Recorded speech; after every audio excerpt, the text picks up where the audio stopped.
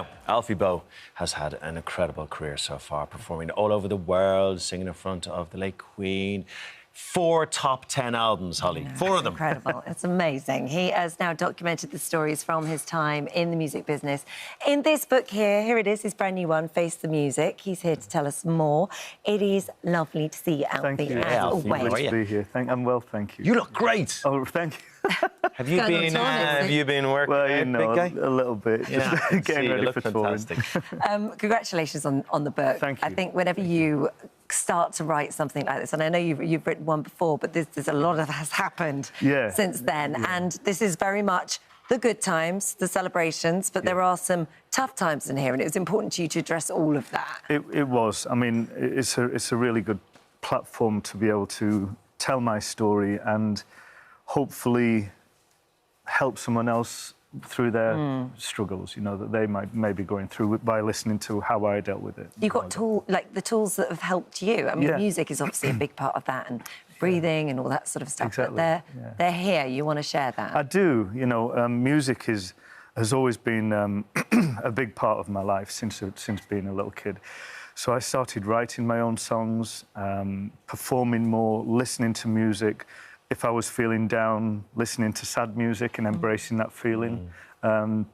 Exercising, cooking, you know, doing it all just doing anything to try and put in my little tool bag that makes me feel better. It's so interesting you say that about sad music. Because sometimes it's OK to go, you know, I'm feeling a little bit down. Yeah. I'm going to put on something that evokes those emotions. I'm going to roll with it for half an hour and just, you know, embrace it a bit. People think they don't have the licence to do that. They think that they sometimes feel ashamed of feeling like that. So they'll put it aside, they'll brush it under the carpet, and it'll just fester. And so if you don't address it, you know, you get it out in the open, you visualise it, you see it, you deal with it, and then you can get on with the rest of it. And let it go. And let it go. Ultimately, is what you need to do. Yeah. So that, you know, that's all in there, but also it's a celebration of the good and the great times as well. And you were very, very lucky and fortunate to perform in front of the late Queen. In fact, but more than that, I mean, obviously we had the Diamond Jubilee, you've her 90th birthday, but you also had dinner with her. I did. I was friends with, I'm still friends with her grandson, Peter Phillips. Yeah. And he invited me to Windsor Castle to have a celebratory dinner with him and a few of friends and Her Majesty. And I sat next to Her Majesty at the table, and we had a wonderful conversation, and I said, Mum, this has been an incredible week for me. At the start of the week, I bought myself a house. Yeah. And at the end of the week, I'm sat having dinner with yourself. So mad. And she said to me, well, the highlight of your week, Alfie, should be the buying of your house. Oh. And I said, why is that, Mum? And she said to me, isn't it nice to know that you own a piece of England? Oh, my gosh. And I thought, wow, that just, like, hit me so hard. That's incredible. And it was such a wonderful thing to say. Yeah, it really is. How normal was a conversation with the Queen? I mean, we forget that she was, although a wonderful human being, still just a human being. I mean, personally, it was pretty much like going and visiting your friend's grandmother. That was how it felt. That's what you were doing. And that was how it felt as well. She was just so natural, so proud of you know, by that statement, proud of the country that she reigned over, and you know, she's a remarkable woman. Did she have a favourite song of yours? Bring him home. Bring him home, exactly. There you go. She never mentioned that. I did actually sing at her 90th birthday at Windsor Castle, and they said, what song are you going to sing, Alfie? And I said, Mum, it's one of your favourites. It's Nightingale in Berkeley Square. Oh, and she went, that's not my favourite. She was joking. She did have a good sense of humour. Talking of Les Mis, because we have to, you went to go and see it before you'd actually performed it yourself, and you knew from just sitting there that this was going to have a special place in your heart. Yeah, I remember. I can't actually watch you sing this. It makes me... So beautiful. Oh, there you go. Yeah. It really gets me. Oh, thank you. It is one of the most beautiful songs. It's incredibly written. Isn't it? Yeah, Claude Michel Schoenberg. Originally, it wasn't in the musical from the start. They were looking for a song for the second act. Yeah. For Valjean, and so they went away, they wrote this one, and that was that, you know, from Colm Wilkinson did it originally. Well, when Colm Wilkinson, my mother played it to me, I couldn't believe This was an Irish person singing this incredible song. And I was, so lucky that we got to sing at the end of the 25th anniversary. I got lucky enough to sing it with Colm. Did you? At the end of the concert, yeah. Wow. That's very special. It was very good. You're going to be doing a lot more singing because, like we said, you're going on tour next week. So that's everywhere, all over the show. All over the UK, Ireland, Scotland, Wales. Yeah, fantastic. Hopefully, Colm will come and see us in Dublin as well. Yeah, I mean, free tickets. Is that what you're saying? There you go.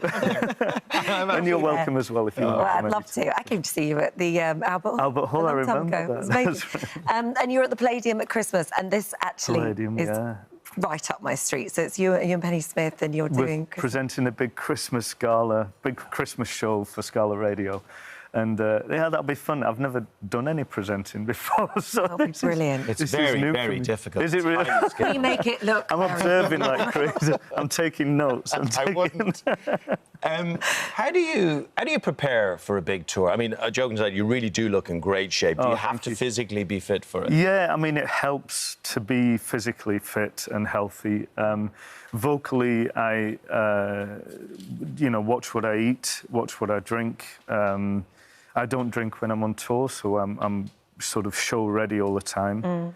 And yeah, it is. It's just important to just keep yourself healthy. Look after yourself. Because the shows are so close together, back to back, that you want to do as good a show as you possibly can every single night, if not better. Healthy body, healthy mind as well. Exactly.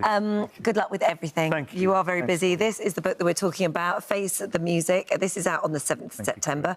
The album, Open Arms. I can never say this, the Symphonic Songbook. That's right. Symphonic, thank you. 27th of October, and you're on tour as of next week. Go and find you. You're out there somewhere. Thank you so much. We had a face reader. We had a face reader in earlier today, and she'd say you have a kind face. Oh, bless. Doesn't he? Oh, thank you. Just a lovely, kind face. Anyway, good luck with it all. Thank you so much. Lots of love to you. Thank you.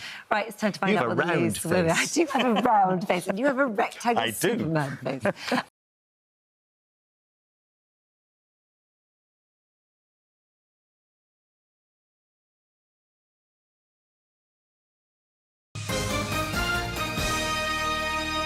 It is time to round up the T-Birds and grab your pink ladies' jackets because Greece is the word for our next guest. Yes, Peter Andre and Jason Donovan are currently starring in their hit musical as it continues its hugely popular run on the West End. And they're joining us now to reveal what fans can expect. It is obviously lovely to have you here this morning. Great to be here. Both of you. Bright, fresh, sunny September. I know. Isn't it exciting? Can we address the elephant in the room, please? Right? Just hear me out for a second. I see Alison. I come in. She's like, all right, babes, that's what I get, right? That's what I get. He gets a lap dance, right? I've never seen you so excited. This is my childhood. I'm so hot. I'm actually fanning myself. Yeah, but couldn't you just wait till I left? I really tried to be cool because you've got to remember I used to run home. Neighbours. You were on my wall, babes. This is a big moment for me, and I'm sorry to make this all I love it. I just love you. Oh, thank you. And look, listen, the feeling is mutual. But you know what? The feeling is more than mutual for you two. Yeah. Because when you first saw Jason Donovan back in the day, you had all right, you might not have straddled him, but you had a similar reaction. Yeah, so I really liked a girl on a bus. I was about 13 years old, and I've actually told you this story, haven't I? Yeah. We were on the Gold Coast in Australia, and I remember I was trying to impress this girl on the bus. She was not interested. Common theme. Anyway, and as we were driving down the road on the way, past the beach, I heard all these girls screaming, right? And they're going, oh, Jason, Jason. So I went to the window and I looked out and I went, what's everyone screaming at him for, right? Hold on. Then I started getting excited. No, I started getting excited and I went, Jason! And everyone had stopped at that point and they all looked at me and You started to scream? I started to scream. I really got excited. You started to scream. So you understand where I'm coming from, Peter? I do get it, but I contain it, Alison. But how do you do that? Do you breathe? What do you do? How do you be cool? I think he's grown up. I think so, yeah, I think so. He's got a plunge pool. He's got an ice bath in his back garden. He jumps in there every night after the show just to keep the temperature to cool down after I've been with you, Jason. The show that you're talking about is Greece. I mean, what a show to be in. I mean, for both of you, particularly, even growing up, this show was... When the movie first came out, it was important to you. Yeah. Yeah, I mean, look, Grease is sort of part of our popular culture, and you know, it's a classic. And I guess for me, you know, growing up in the '70s in Australia with Olivia Newton-John, it's just such an iconic show. And you know, to spend some time with this guy, we have dressing rooms that are next to each other. You know, we have fun. We have fun. Two Aussies in the Two West Aussies, End. yeah. I know you weren't born in Australia, but you moved there when you were 6. Yes. What's it like? Have you got a special bond with each other? Absolutely. I mean, you know, from the minute we first met, we're just as if we'd known each other all our lives. Yeah. And, you know, it is an iconic show, and both of us being able to do it it's quite... Well, you originally thought you were up for the role of Danny. All right, you don't need Did I to... tell you, actually, Mate, did I tell you my pitch to the producer? Not my day. My pitch to the producer was, if you're going to play Danny, I want to be Sandy. You see, now that would have been... Yeah, you're the one that I want. You are. I am hopelessly devoted to You're the one that I want. Stop it. This is true. So years and years ago, probably about 8, 9 years ago, years ago, I was offered the part of Danny. Right. And I didn't do it. I never did it. Yeah, 8 years ago. Really? Yes, believe it or not, right? How old were you then? You look good. Then all of a sudden I get the call, now that I can do it, and they go, would you like to be in Grease? And I said, of course, I'd love to play Danny. They went, no, no, not quite. So now I play Teen Angel. No, you play Teen Angel. He's got the merch too. He's got the merch. Mate, it's actually not a merch. Can you buy that? No. This is I would not you. wear one that you could buy on the show. Jason, does it bring you back, like going back to original time in the West End and being in Joseph? Yes. I mean, that was kind of your first time in the West End. Was it 1992? 91. So the irony was Grease was playing at the Dominion Theatre, which is where we are with this show now, and we were at the Palladium. There was always sort of a little bit of rivalry between the two shows. Craig McLachlan, Debbie Gibson, Shane Ritchie was in Grease at the time. So, yeah, I mean, I guess it's sort of, you know, as one gets more mature, I think is the words, the eyes. What is she up to? She's looking at me. She's giving me a wink every time. I'm not giving you a wink, Jason. Holly, can we create something, please? I don't think we can compete with this, to be honest. You've turned into an absolute puzzle. I don't even know what to ask you. I just want to ask you so much about Neighbours. Anyway, look, I'm going back to the show. I'm going back. What was I saying? Who do you play? I play Teen Angel. Yes. And do you play Vince Fontaine? Vince, OK. Yeah. Oh, it's so But you've fun. done Teen Angel before, haven't you? Yeah, well, I mean, they're great roles, because actually in the film, if you think Teen Angel in the film, it's kind of that real slow part, right? Yeah. And I used to fast-forward it. But in the actual theatre, everything leads to this point. So good. For me, it's... Listen, I mean, apart from the fact that the audience are just waiting in anticipation for my second act entrance. Of course. It's a relatively small part to play, and I don't spend my Sundays in physio stressed out. I'm quite enjoying doing a little bit less and getting that sort of... I can imagine you just chilled out for the whole of Act 1. I am. Chilled out in your dressing room. What do you do in that time? I stretch. I do more stretching. And I steam. Stop imagining it. and I steam. I steam. Alison, he walks into my dressing room in his undies. Does he? Every night. Yep. Every night. That's every part of your pre-show ritual, though. This is something that started and now has to continue to happen. And now that it's hot outside, we've got the door open for ventilation. It's actually really nice and romantic. And she's going to be peeking round that door. Yeah. I'll be like, I'm just here at stage door because I've got a friend. Come up the fire escape. So, look. Come on, just you and me. He's already told you. The fire escape together. He's already told you that he's only got a small part. So, you know, this is working out really well. It's a secret entrance. It's a secret. Not many people know about our fire. Not many people know about our fire escape. Oh, jeez. Oh, my God. Come on. I've never wanted to see Grease more than today, if I'm honest with you. More than Olivia Newton-John and John Travolta. And, oh, yeah. Well, you said you wanted to ask him questions about Neighbours, and actually, we thought we were done with the Neighbours questions. Yeah. Because obviously we thought the final one, and obviously you and Kylie went back, and it was all really magical. And then quite quickly after that, they came back again. With Amazon. I mean, when Amazon comes knocking, you open the door. It's like a prime delivery. I think we were surprised, but honestly, I mean, we were surprised, to be totally honest. I know, you just literally did that one episode. But the good news is that I think because of the impact we all had on that show, and a lot of people sort of said, why did you go back? And I mean, you've got to remember where you sort of come from, and we just wanted to sort of pay respect to a show that changed our lives. Yeah.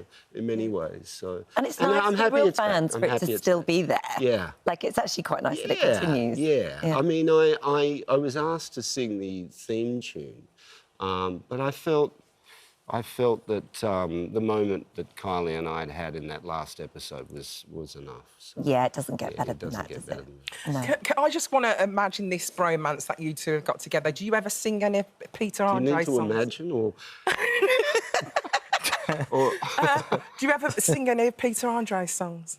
Always. Because there's a lot of people who love Peter Andre. I was on Instagram, I was watching Gino. He was dancing Gino was singing along to your songs. You had something with Seal. Yes, not the Seal. Really? Could you believe? No, the Seal. I performed with Seal. It was brilliant. Not the singer Seal. Yeah, and now I'm with you on stage. That's what I thought this one too. But I saw the clip, which I think we have. Let's have a look. Really? We should have just left it at Seal. We should have just left it. No doubt you look so fine.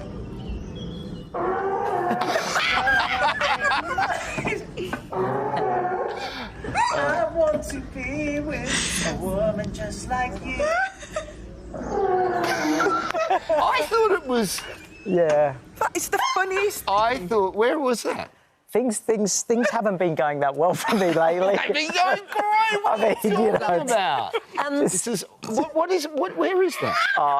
He wants to go. On the GC, on the Gold Coast? No, this was in England. Oh, OK. I mean, they've got real talent. I thought you were singing with Seal. I know, that's what I was kind of...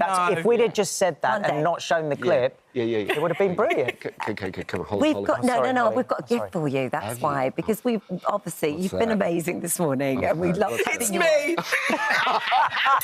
You must remember to come up the fire escape, though, please. Don't worry, she won't forget that.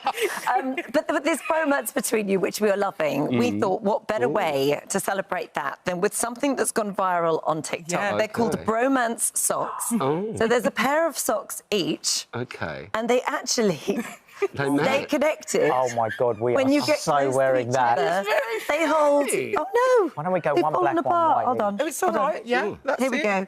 Here we go. You can have a pair each anyway, and then when you come together. Why don't we go one black, one white each? One black, one white. Just so that the magnets might not go the right way around. Oh no, she's right. To me. She's right. Here you go, mate. Do you want?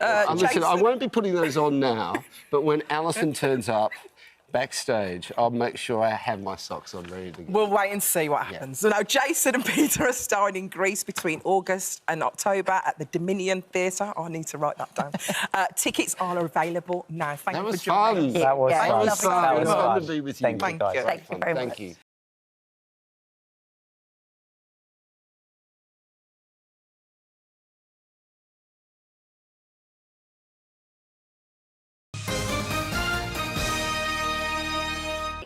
Forget about the Emmys, forget about the BAFTAs. Tomorrow night is the biggest event in the TV calendar. Yes! It is, of course, the National Television Awards. And the man responsible for keeping the room of celebrities in full check is this guy. Yes, look at him. Ain't he gorgeous?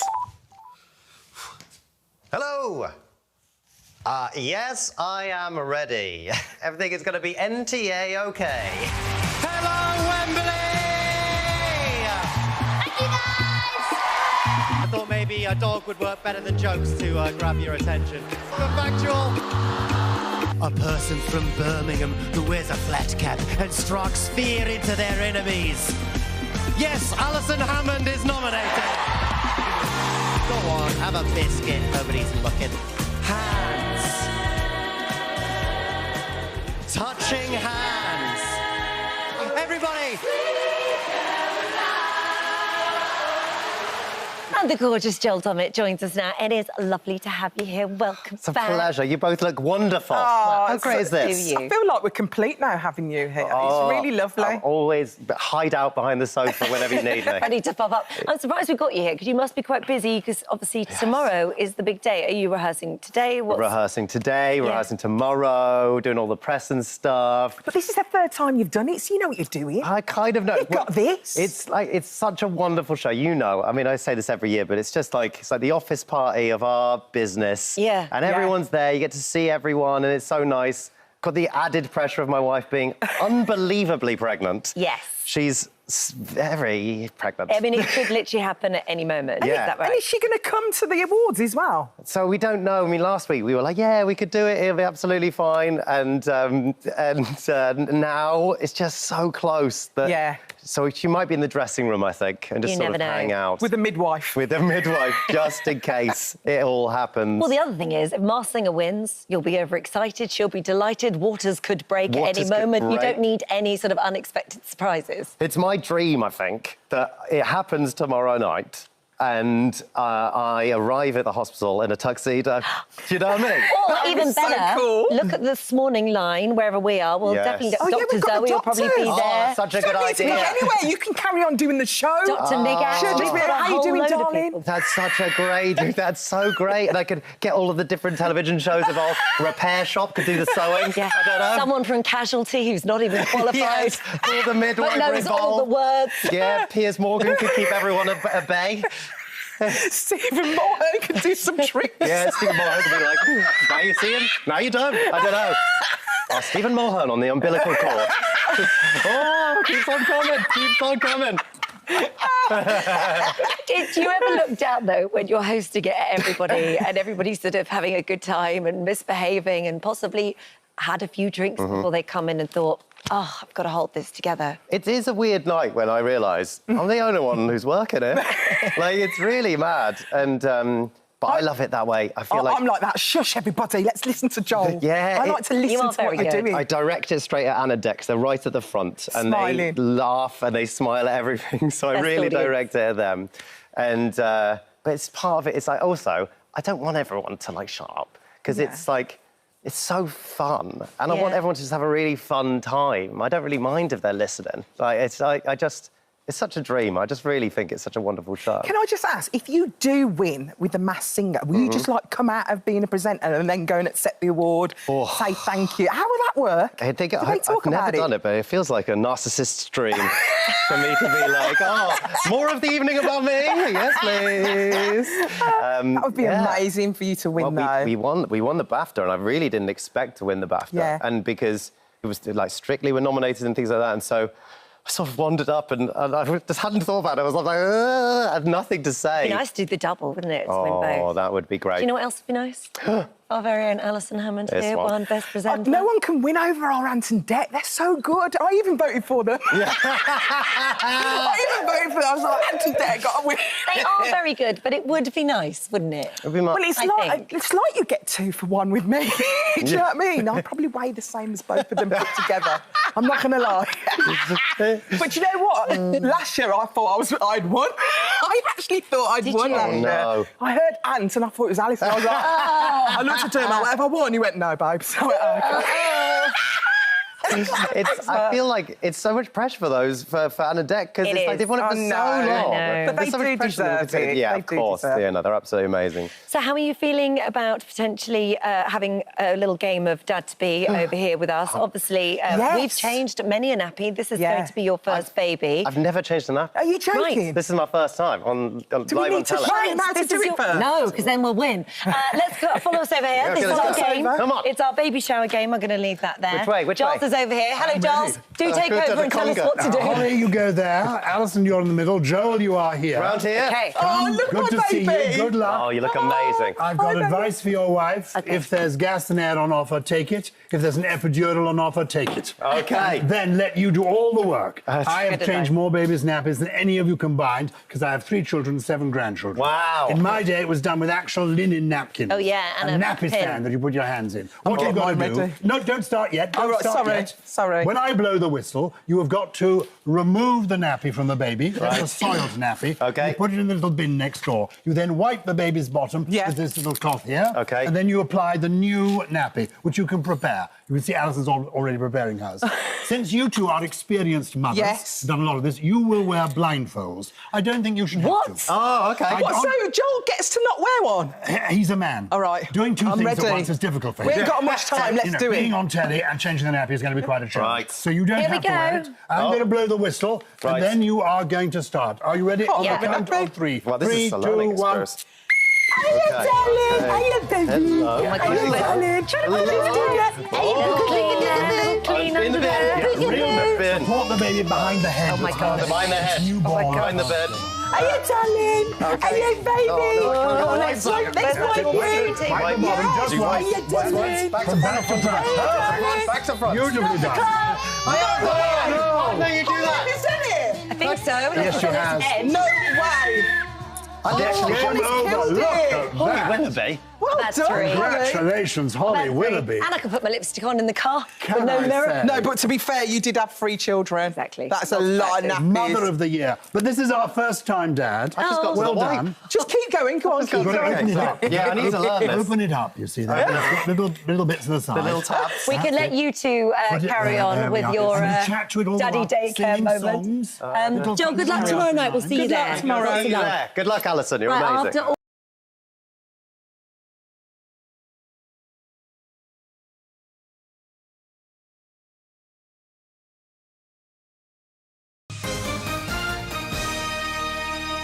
Now, it was Shakespeare who wrote that the course of true love never did run smooth. And if you've seen most of the recent series of celebs go dating, I'm obsessed. Nothing could be truer for Vanessa.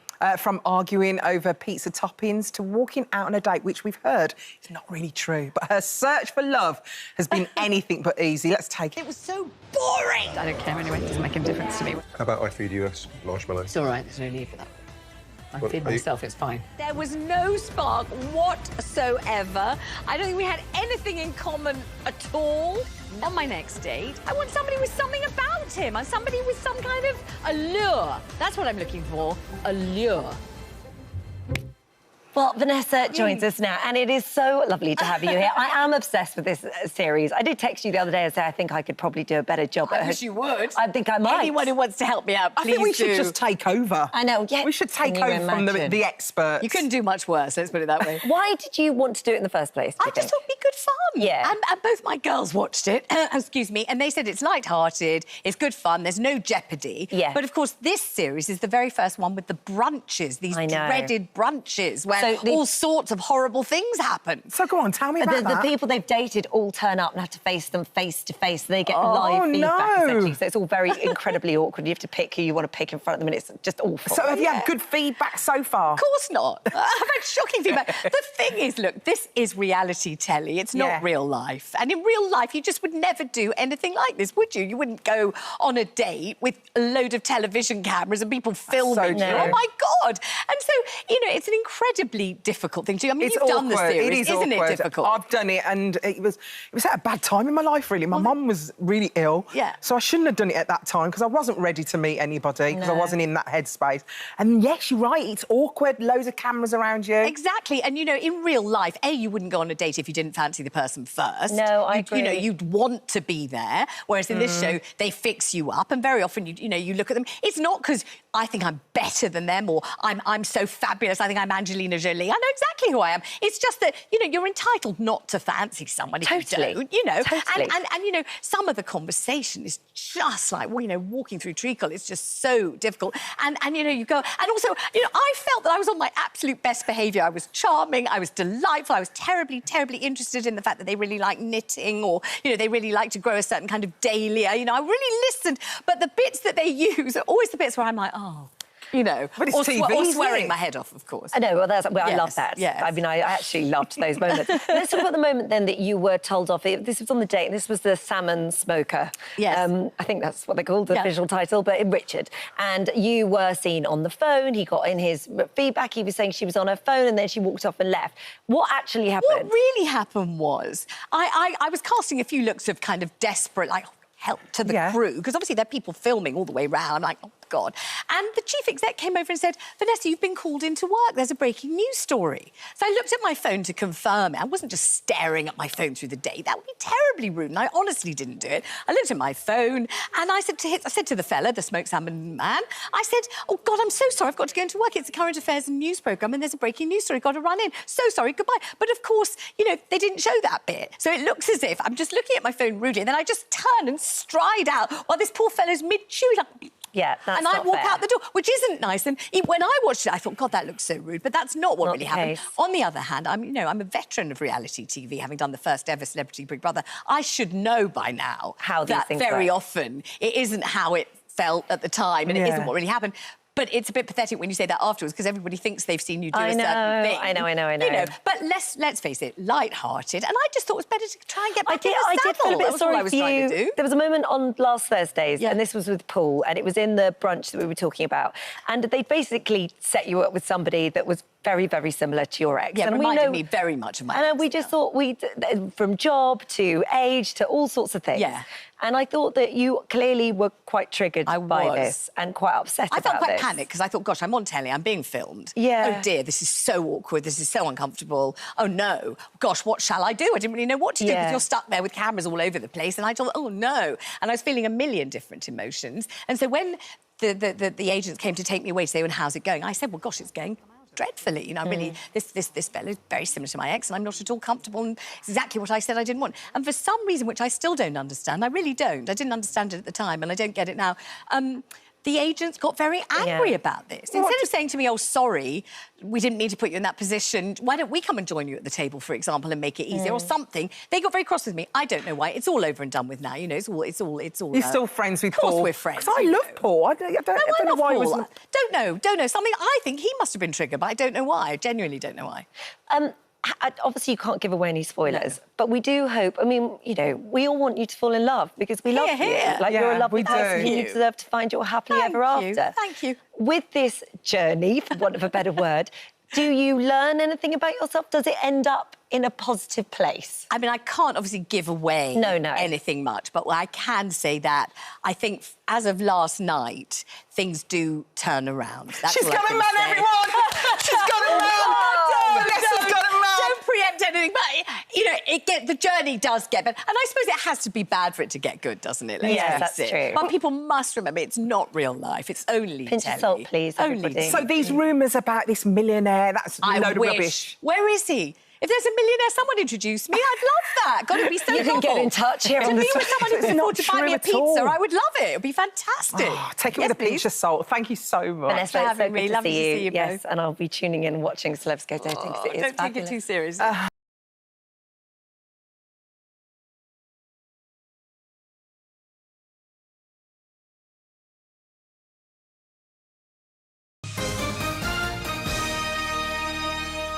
Before that, how was it you two met at Beyonce? What do you mean you were going to Beyonce? What were you doing at Beyonce together? We were watching Beyonce. We weren't together.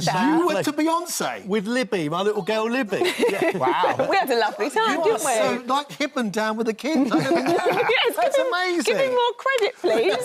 Well, as you can see, they are here. Lovely to see you both. It's a semi-final start today on the telly. Do the celebrities... BBC One. Yeah, we're aware of the channel. Do the celebrities get better every year? Well, not since you... I mean, Andy, you set the bar, didn't you, really? I mean, you know, let's be fair. What can I say? One sec, John. There must be a clip somewhere. I'm sure that... Oh, we have a clip. Yeah. Oh, yeah, here's the clip. There you go. This has got to be Andy. If that tastes anywhere near as good as it looks, I'm going to be a very, very happy bald bloke. Andy, it actually tastes better than it looks. Wow. It's very, very good indeed. Our quarter-finalist is Andy. Congratulations. But you made it to a quarter-final. Yeah. You made it to a semi-final. Yep. You made it to a final. Yep. And I didn't win. Oh, it's all right. It's all right. You won the life Have you ever done it? You've not done it? I know, I'd be That terrified. moment where you have to wait for you to to tell us or the contestant what it's like, what it tastes. It's unbelievable. The pressure is mad. How have they, the semi-finalists, dealt with the pressure? Do you know, it really surprises me that they're celebs and they should be used to, you think, the lights, the television cameras, but they get really nervous, really, really nervous. I thought they'd be... I think the pressure just gets to you. Well, you have first-hand experience, my friend. Is it nerve-wracking? It's really nerve-wracking because, again, in your day-to-day job, you're not judged on what you do. But I make a banana muffin, all of a sudden I've got television's most famous judges in a cookery show judging your food. I mean, I think what happens and what we're seeing now is we've got our final 8. They've come through the process. They've all got a bit of confidence. They now know they're decent cooks. There's a bit of camaraderie. At the same time, there's this competition going on. And there's a bit of laughs happening, and, you know... So it becomes a very, very different contest altogether. They want to please. Now they want to win. It gets to that bit. You get so far, don't you? And sometimes you're like, oh, actually, I could probably do this. Who has impressed you the most this year? Oh, it's hard to say because then you're going to give away who wins it. I think Amy, it's obvious she does a lot of cooking at home. I think Win... Yes. For the creativity. No, the creativity is amazing, I think I didn't see Max. I didn't see at the start. I didn't see most improved. And Luca, when you suddenly find out his story, because Luca, you know, you think of Love Island, and actually his mother's Italian, so cooks all the time. His father's a fishmonger, so suddenly you've got this guy who has got all this experience, and that experience as a kid growing up is all important to master. And he says you've really helped him as well. Well, that's very kind of him. Yeah, he has. He's gone on the record of saying how... Yeah, and that's... I saw it in the press, and it's really kind of him to say so, but I think one of the journeys that we see with MasterChef a lot is people actually become themselves. Yeah. And they love becoming themselves rather than just being a celeb. You guys, though, let's put the spotlight on you guys for a second, because you've worked together for so long now. Don't look worried, Greg, it's all right. What do you think the key is to a successful working relationship? That's very interesting, isn't it? Because we've been working together for nearly 20 years. That's a long time. We knew each other for 10 years before that, and people say, are you really mates? I said he was best man at my wedding. Oh. All right, he wasn't best man at every wedding. but he was the... One of them. I don't think you could write a pamphlet on what makes it work. I trust him impeccably. I'm really fond of him. And that's where we give each other space. I think it's trust. Yeah, and respect. And I think the thing is we don't really socialise. We dress differently, we have different tastes in music, in restaurants, in food. And I think as an overview for the viewer as well, that means they're getting different opinions. Yeah. But it means, as Greg said, we've got space. You know, I suppose like any great relationship, isn't it? With this, we've got space. We are like a married couple at times, though. You need your space. But we're going out after this for lunch. Coffee and cake. Oh, nice. There we go. I might just have a coffee. If you'd let me know, I would have baked for you. Imagine they come into your restaurant or your... bar, whatever it is, and they're like ordering coffee and cake, you'd just be so nervous, wouldn't you? You just judge it wherever you go. All restaurants get nervous when you walk in. I said, how would I know? What does a nervous restaurant look like? But I also think, like with the celebs, if you're good at what you do, yes, you have butterflies, especially so going on stage, for instance. But if you're good at what you do, you've got the confidence. A restaurateur, a great restaurateur, you'll walk in and they'll be very glad to see you. Yes. Because they know what they're doing. And what I love about watching Celebrity MasterChef is that as this contest goes on, you watch that pride and that confidence suddenly come, and these people, you know, really grow. And there's emotion that goes along the way, but there's something really wonderful to see in how that people do actually change over food. From a very basic level, the food gets better and better at this stage. Yes. And you start taking bigger and bigger mouthfuls. That's for sure. That's a clue. Yes. Do you play roulette? You obviously know who's won because it's a recorded programme. When you both take a step back and go, did we see him or her winning? What would you say? Did you see them winning when you first saw them? Can I quote John Turode on this, if you don't mind? Because we've been asked this before. He said, at week 1, Greg and I can tell you exactly who's going to win that competition. Yeah. And by week 3, we've thrown them out. Because you never know. I like that. You never know. That's what it's about, isn't it? Celebrity MasterChef is on BBC One tonight from 8 p.m. It is. Thank you very much. And all week there's different things going on. It's very exciting. OK. Thanks a lot. Thank you. Thanks for that curry yesterday. It was amazing. Delicious. If I was the only judge, you would have won that, you know. Thank you, Greg. Thank you. Because it was you that did... Anyway, for another time.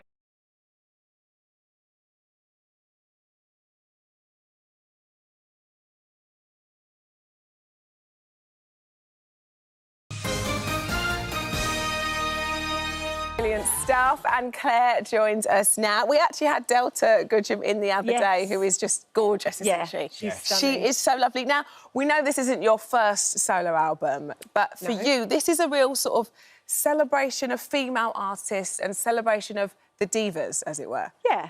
I think I always used to say that I'm not trained, I didn't go to stage school or anything, and I always used to say that I learned how to sing by listening to Karen Carpenter and Karen Carpenter's voice. And then the more I thought about it, it's from many, many artists, so like Whitney and Celine and Barbra Streisand and Olivia Newton-John. I just kind of taught myself how to sing, just singing along and listening to those records that I love, those big, massive anthems, So you've teamed up with your favourite people, I suppose. So Delta, tell us how that came about.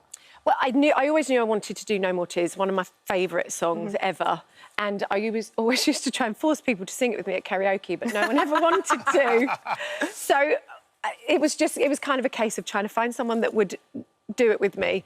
And all these names were flying about, and someone suggested Delta, and I just got very excited and thought that would be amazing, but there's just no way. There's just no way that she said yes, and she did say yes straight away. And she's just been an absolute dream to work with on it. It's been lovely. And this isn't your first album, this is your second album. Yeah. Is it more difficult making music as a solo artist, or do you like the comfort of having others around you, sort of in the Steps environment?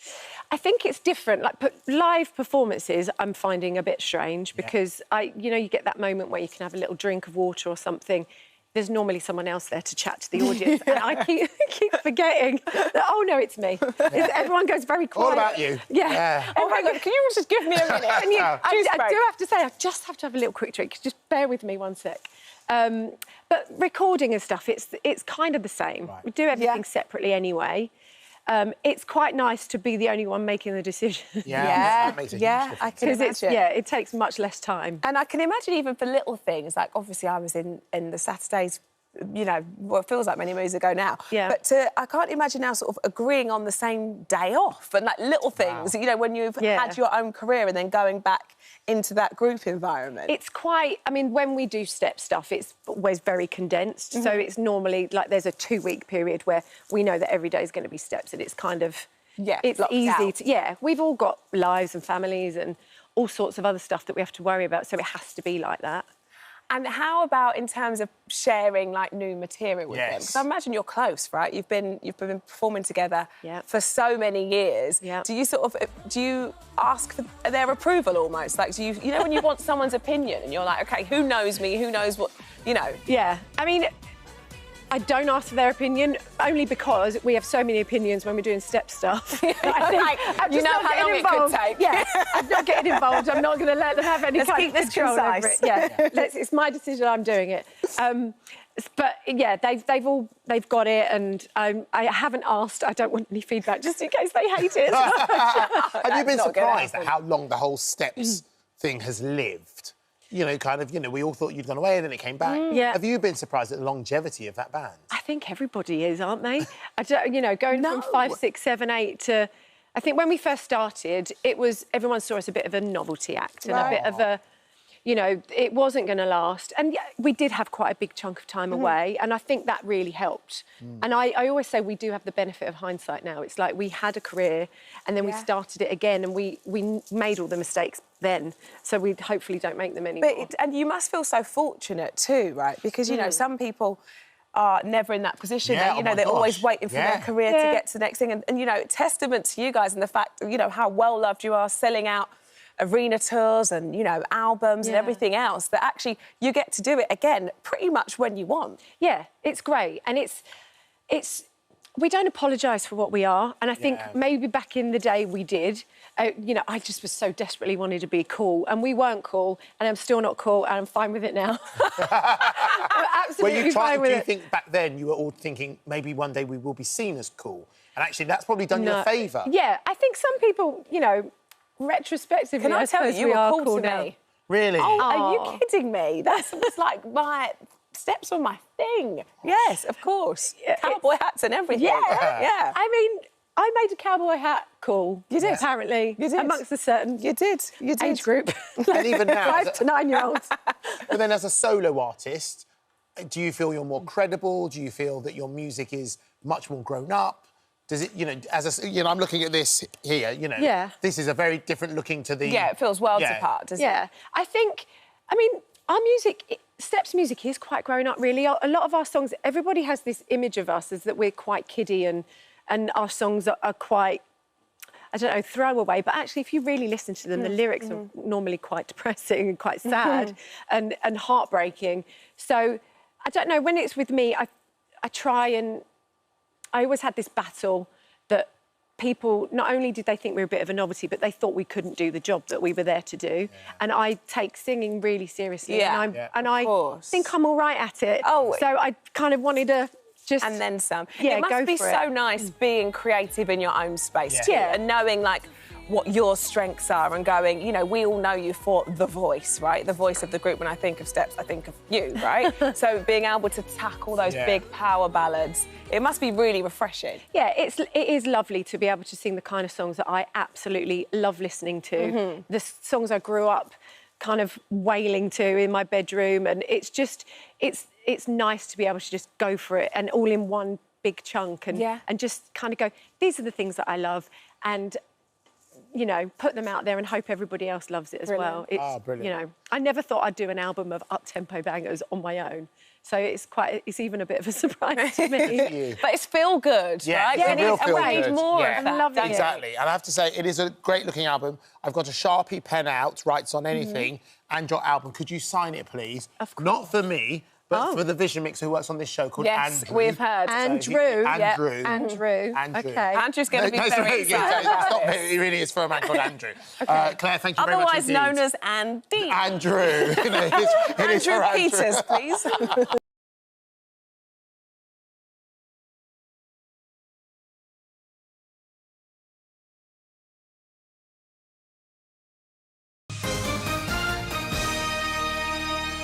Oh, my life. Rob joins us now, as you can see. Rob, it is the most ridiculously lovely job to do. Tell me it is. It is an absolute gift and a complete privilege, just as it is being alongside you. I have to say, it's so joyful here today. Well, that's what we try. So We're lovely. a big old team. We do. We have a lovely time. Happy Friday. No, it really is. It's a complete gift. You know, and you know, I get, you know, you could look at it and see it just as sort of bling and going to fabulous hotels. I'm sure nobody thinks and it is partly that, but it also asks, you know, really important questions about what makes these hotels amazing. And what's really interesting, and I think most people have responded to it in this way, is it really isn't about all of the jazz or the gold or the bling, so to speak. It's about the communities that make up those hotels. And all of them, each episode, is doing something new, be that for the local community, the local environment, or the people who go to conspire to make up these incredible places. And that's been the biggest gift of all. And for you, obviously, this is like the dream job. What would be the place that you actually visit again for holiday? You know, I know it's such a... I mean, it's not necessarily the answer one. I'd go to all of them for different reasons. OK. Right, yeah. And that's what's so sort of magical about the programme. So, you know, going to Morocco and meeting the local Berber community who make up now 100% of the hotel. And it's a place that's rebreathed life into an area that really was struggling. Or the Maldives, which, of course, is grand and fabulous and has got all of the things that you would want. But, again, it was a part of the world that was really struggling. Not economically, but the coral was dying. So, again, they've worked out ways to think about how they might contribute to the local environment. And Sri Lanka, which is Sunday Week, you know, those were communities, some of which, when I was working in international law, I'd been very invested in. Two communities that really were, to say the very least, in conflict. Communities have come together and rebuilt a hotel, worked alongside one another. And there was a moment when I turned around and saw Sinhalese community and the Tamil community alongside one another, delighting in delivering the best thing in the world. And that really, I have to say, was a moving moment. I bet. When you look at your job, when you were sitting in the courtroom most days, you know, air-conditioned room, same old room. Where was it air-conditioned? I assumed they were air-conditioned. No, sorry. So you were sitting in an unair-conditioned room being a judge. To then now travel... I'm sure you didn't travel the world as much then. I know you said you worked in international law. Well, actually, I did used to do But were you international staying law. in hotels like this? Sometimes. Really? I mean, I used to prosecute the owners of quite a few of them, so that's changed. What, and then stay in the hotels as well? No, not in those ones. But that's a whole other story. No, I mean, I used to go around the world to do various cases, and definitely not in as much comfort as you can imagine. Yes. But certainly the thing that I was always interested in is always the people. Yes. You know, they like make up, you know, any community of whatever kind of creative community here, a hotel, whatever people are doing, ultimately at the heart of everything. How you deliver everything is the soul of the people that go towards creating whatever it is they do. Yeah, of course. And what sort of the period of time filming this? How long are you actually? Because this is, I'm just like, next series, can we have a go? Yeah, exactly. How long is this? Are you just away for a real long period of time, or? Yeah, we're there for a week. And like I said, because we really want to get under the skin of the hotel. See, that's lovely. When you see these things, you think, oh, they've probably popped there for a minute and someone showed them the best parts and... Right, no, not a bit of it. We, you know, and I ask difficult questions, as you can imagine. Yes. You know, I don't walk around way down by the subconscious. I probably shouldn't ask that question. Where are the staff actually staying? Yeah. Is this a real contribution? You know, meeting in the Maldives, for example, the one Jadaga, the only woman butler there, and asking what it meant for her to be there. And why did service at that level and that excellence matter to her? Going to Hubertus, which is a Christmas special, which is a place of architectural wonder, but it's run by an entire family. So if something goes wrong in the middle of the night, it's a son and the dad that will show up to your room. Yeah. What does it mean to them to make that hotel? Why are they there? What is it about the local landscape that they love?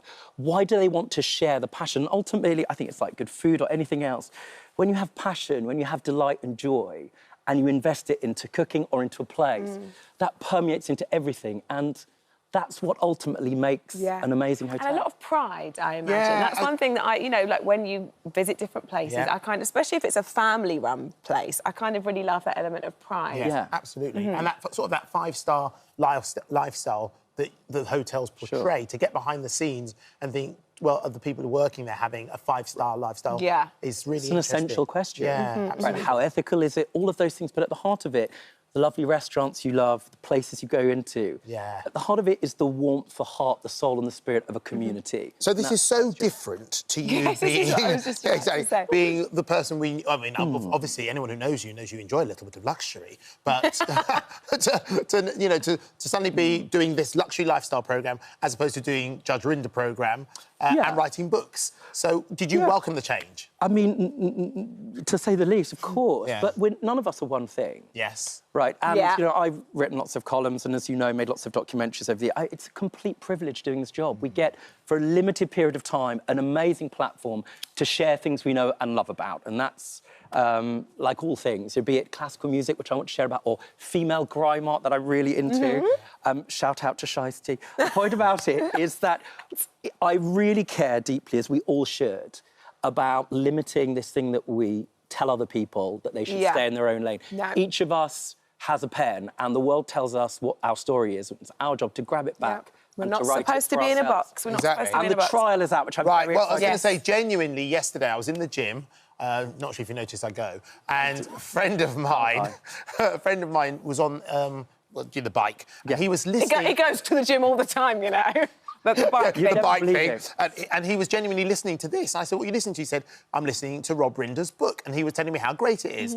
This book has been a huge success. I'm so proud of it, and thank you for saying that. And it's a massive, bestseller on audio. Now, however you read, whenever you read, whatever you read, I think it's an amazing thing to do. And this is a whodunit. Yeah. And so far, nobody's got that I know. Yeah. OK. So it's based also at the bar. So coming back to my old world, which I'm still a member of Chambers, I still teach, I still care about sharing and talking about the law, which we all need to understand. But this lifts the lid on what it's like to be a pupil trainee barrister. Ooh. And it unpicks that world. Okay. And lots of people don't know about it. You have to do a pupillage, an apprenticeship, which is pretty much like the 19th century. The heart of it is Adam Green, who is part of solving whodunit. It's a hero cop that dies of Botox poisoning.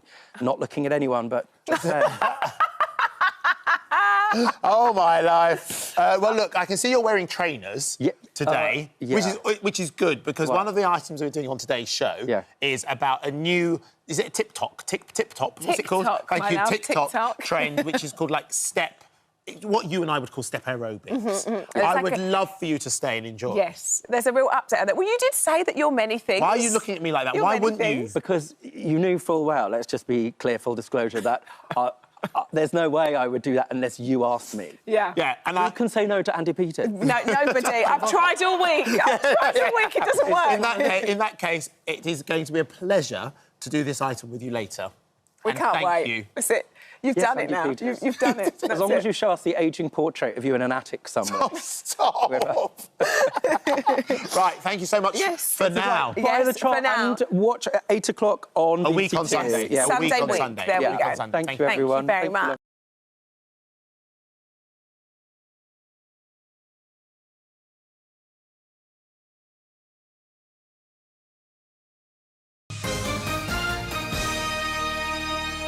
Each one's a classic and we love them.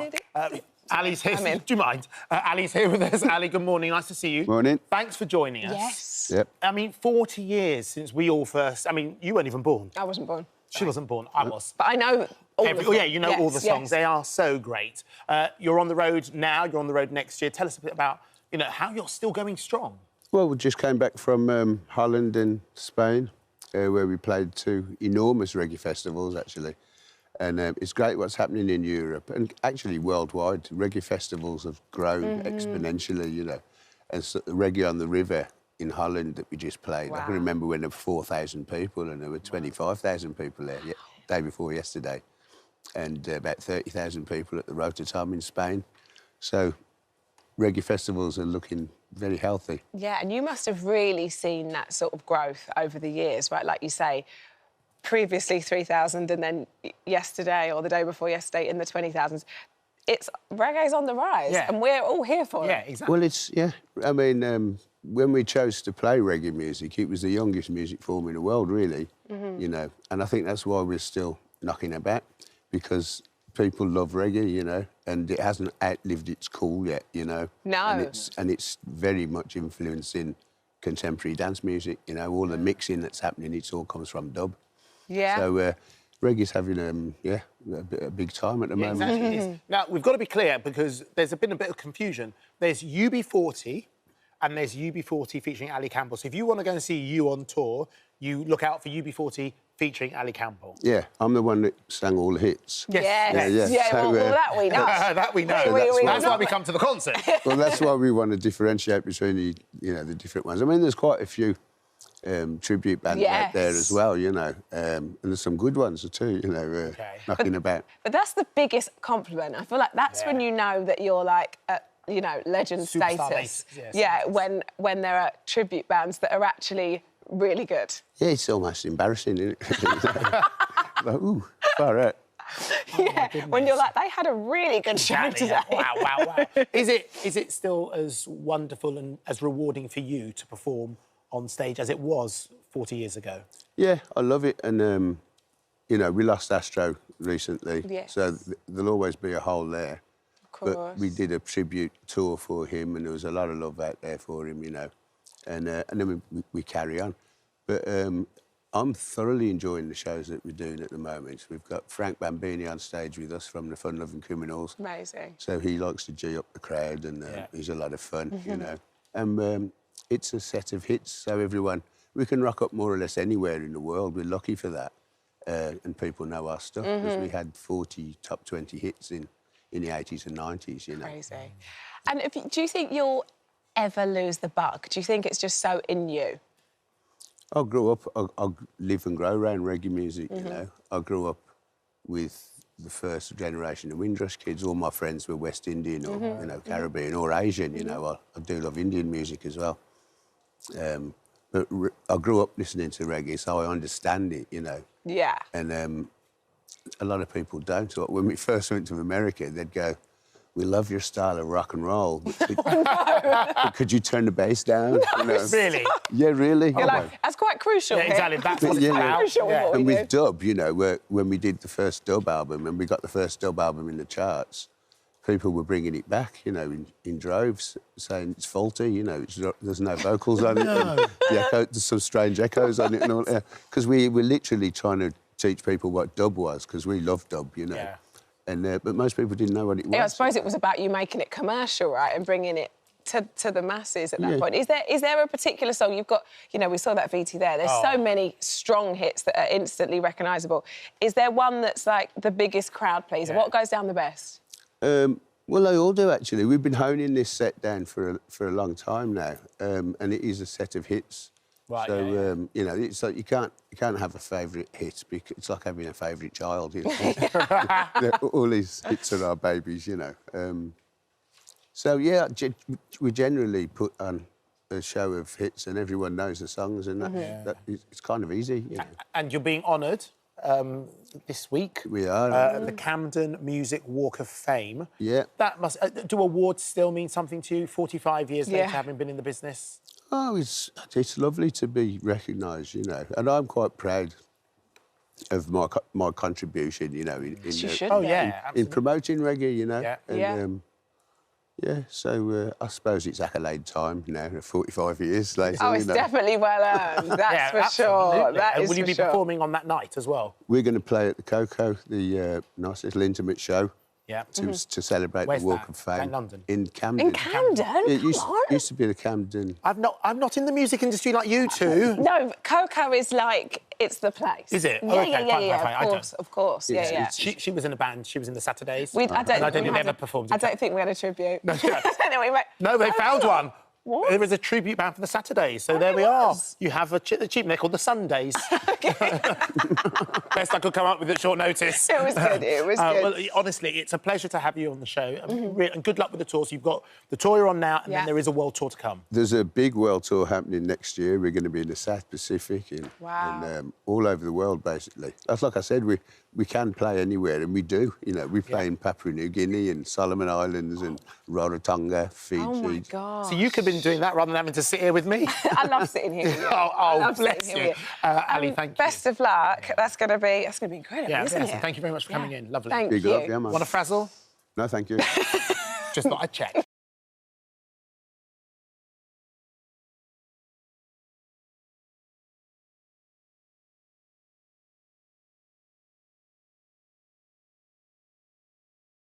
Tyson Fury might be #1 in the ring, but it's his family running rings around him when he returns home to Morecambe. And now we're all invited to Tyson and Paris's to find out just what life at home with the Furies is really like. Yes, heavyweight champ Tyson reckons their Access All Areas TV show is going to be a knockout, and, well, who are we to disagree? Not I. What's it like? Fantastic. And the Furies, Tyson and Paris, both join us now from their home in Morecambe, Lancashire, looking resplendent on their thrones. Guys, good morning. Welcome to the show. Thank you. Good morning. Good morning, guys. Pleasure to be on. Pleasure's ours. Let's get into it. Your Netflix show, Home with the Furies, it's out today, I believe. What can we expect? Tell us more.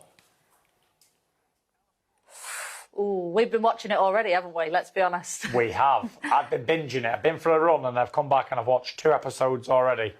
It is our crazy, hectic, Fury life and every part of it. That's basically what you can expect. Paris, is there anywhere you have not let the cameras? Have you let them totally access all areas? Yeah, access all areas. We said when we done this, when we started the show, we said just come in and just take the good, the bad, the ugly. And I think it shows off in the show. It comes out better because you've got the highs and the lows, the good and the bad. And you know what? We're kind of open book people, so it just seemed logical to do it, just complete all access. Well, it wasn't all access. I wanted them to film me in the shower, but they didn't. Yes, but so we did declare that was off limits. Yes, the bathroom was off limits. All right, OK, we got it. I believe all 6 of your children will feature on the show as well. Yes, that was fun, wasn't it? It was, you know, looking at the kids, and it was like a year ago. So my oldest daughter back then, she was 12 and she's nearly 14 now. So a lot's changed since the year ago. I look back at it and like such a lot can change in here. It's crazy. Yeah, the baby's gone from newborn to like a big baby now. Now she's 2. Yeah, we're nearly having number 7. And there's a 7th on the way. Congratulations, by the way. Fantastic. Anyway. Paris, you always look so beautiful and Thank glamorous. you. I just don't know how you do it with, like, well, 7 on, like, the 7th on the way. Yeah, I don't. As you'll see on the show, there's times when I just sort of crawl out of bed and look like something from under a rock. So when you get your makeup on, it does transform you quite a bit. Well, you're always I think she's the prettiest with no makeup on and her sweatpants on, chilling with no makeup on. I know you think that. I don't. I don't think the world does either. I think you're a natural beauty. Tyson, let's get a word on your career at the moment. You've reversed the recent retirement decision. Yes, you're going to be fighting in October, I believe. Yeah, I've got a big fight coming up, October the 28th in Saudi Arabia, the Kingdom of Saudi Arabia, and it's when two kings collide, the best of MMA versus the best in boxing. Which man is going to win? We just don't know. Me, of course! I know. I know where I got my money, Tyson, all right? Now, you've also got other people starring on the show. Your dad gets involved, your brother, and even Molly May. Yeah. Oh, that was funny this morning. I've watched your dad coming off that thing backwards. That was funny. My dad's TV gold, I think. And I think Paris is very good on TV as well. Obviously, Tommy and Molly, they're like TV people. They became famous on TV. So they're used to it. But Paris, I think, is the breakout star of the show. Ooh. And my dad as well. My dad's always good for the camera. We really enjoyed it, Paris, didn't we? Really, do you know really what it is? It. I think it's because we're natural. You don't put on airs and graces. So when you're just yourself, then your character shines through, doesn't it? I think so. The only thing I didn't like on the camera is I didn't realise how much I swear. Yeah, you do swear a lot. I'm seeing it back on TV. It's like if there was a jar for the homeless and hungry, then I'd definitely cure the world's if you had a swear jar, you'd fill it. problem with swear jar. You know, I need to stop all that. Well, we appreciate you not swearing at this moment in time. Obviously, the reason why you guys are doing the show while you're on TV is because you're both utterly fascinating. And I was wondering about yourself, Tyson, the fact that you turned 35 last Saturday. Happy birthday, by the way. Did you ever think this would be your life as a 35-year-old man? I didn't know. I've gone from being 15 to 35. 20 years have passed. Crazy. It's like time evaporating. It's gone very quick, but I look back on my younger self and I think I always knew that I'd be world heavyweight champion, but I didn't think that this type of life, like I have my own Netflix series and best-selling books and songs, and my wife's she's doing books and everything else. So it's been a crazy old roller coaster life, but it just keeps getting better and better. We're just the couple that just keeps on giving. Yeah, we love you. Paris, tell us a little bit about your book. When's that out? It's actually out on pre-order now, and it is sort of the question that I've always been asked, and most mums with a few children and a busy lifestyle get asked, is how does she do it? That's the name of my book, and I've tried to put in there, as well as like some of the stories of my life and with Tyson and the children and what we do, sort of my how to roll with it, how I adapt and how I sort of do everything in my life and sort of make it work as being a mother, as being a business person, as being supportive to Tyson with his small amount of needs. Yeah, I tried to get it all in there so that it can be a bit of advice. We did a piece earlier on where Michelle, our life guru, was teaching people how to say no. Have you mastered the art of saying no to Tyson, Paris? No. It's not her who's got to say no to me. It's me. I've got to master the art of saying no to her. But in our life, my secret to happiness is just say yes. Never say no. Especially to the missus. If you want an easy ride, just say yes. So I'm getting there. I'm mastering it a little bit better. He asked me to go for a dog walk yesterday and I didn't want to do it. I said no. I was firm and strong with it. Good for you. Good for you. But so you've both said you've binge watched the show. What do you make of it? What are your thoughts on it? I think it's hilarious. I know it's stupid. Yeah, we sit and watch it, and I'm laughing at our own selves. So it must be funny, unless we're just weirdos that laugh at ourselves all the time. But when you're watching the kids and the family and all the chaos going on, and I think also like. Yeah, the highs and the big glamorous side, but the normal stuff, like I saw this morning, we're rowing over a PE kit, and I thought, it's just funny. I don't know why. I just found it funny to watch it. We cannot wait. Can't wait. We cannot wait. And it is available on Netflix. Yeah, been an absolute pleasure, guys. Thank you so much for your time. The best of luck with the show. I'm sure it's going to be a smash hit. Bye, guys. Bye. Thanks, guys. Bye now. Bye. Cheers, guys. Do you know what? They're the most adorable Yeah, couple they're very ever. sweet. And the way he talks about Paris, it just makes my heart melt. Same here. Yeah. Same here.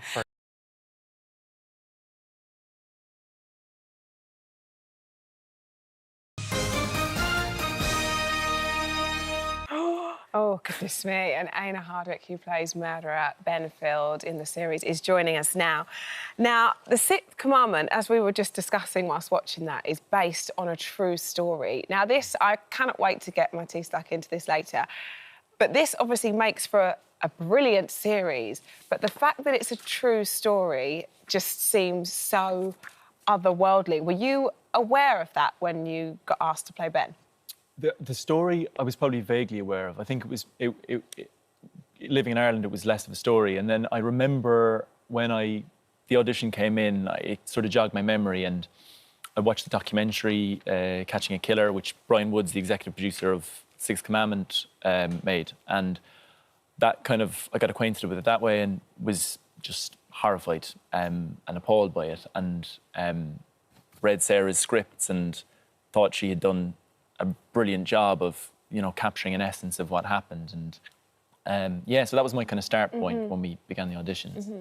I mean, Benfield, he was a psychological manipulator. Oh. He's been described as pure evil. He murdered both victims, Peter and Anne. What was it like getting into the mind of somebody like that?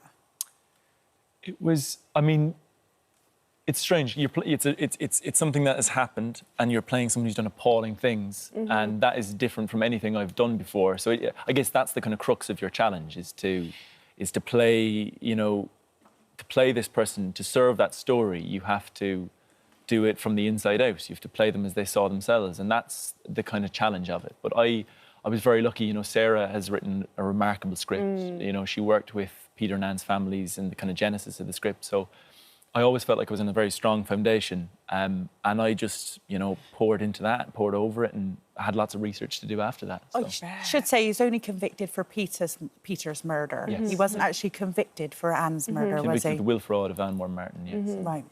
Yeah. It just, as you say, you kind of, as, you know, someone that isn't an actor, you wonder how you get your how you get your teeth stuck into that, how you get yourself into that mindset. And it's not only the fact that you've got to go there into what is a really evil person, but the accent. The accent is brilliant. Like, it's so strange hearing you talk like this and watching that trailer. It's so brilliant. Oh, well, thank you so much. I had a great dialect coach, Emma Stevens-Johnson, and she worked with me. And, you know, with anything like that, it's both the accent and it's also the voice and what that tells you about a person and I suppose the insights that gives you. So, yeah, there was a lot of prep to do. There was a lot of sort of research to be done, a lot of thinking. And then when it got to filming, we were lucky. It was such an incredible team. We were in the hands of a really brilliant director. So, you know, there was a lot of work to be done before we got there, but once we did, actually, you're in such safe hands. Yeah, of course. You said Sarah Phelps, the writer, spent a lot of time with the family. How important was it to her to get this story right? You know, because it's very, very sensitive, isn't it? We're looking at it as entertainment, and really, this is true life. This is a true story that you've had to portray. Well, exactly, and it's so recent, and so, you know, I think there's no way you could do this then without, you know, Peter's brother Ian and his sister-in-law Sue Farker, Anne Moore Martin's niece Anne-Marie Blake. They were involved and cooperated with Sarah in the kind of writing of it. And I think if you see Sarah speak, you see that she is incredibly passionate. She speaks from the heart, and she writes that way as well. So the intention behind it had to be that. You know, there's no other way you could tell this story. And her intention was always to foreground Peter and Anne's lives as well as their deaths, and to, you know, to show you these two remarkable individuals and complex individuals. And I think that was her intention. And Saul, the director, he did it in Salisbury Poisonings. I don't know if you've seen that, but he finds this amazing way of of telling you this true story and personalising it and making sure that you know, the victims, Peter and Anne, are sort of always the forefront of it. Yeah. So there's no better person to make it, really. And she did, you know, scrupulous research and like really rigorous kind of research to get this right. And how about for you? Because you were away in Bristol for 3 months working on this.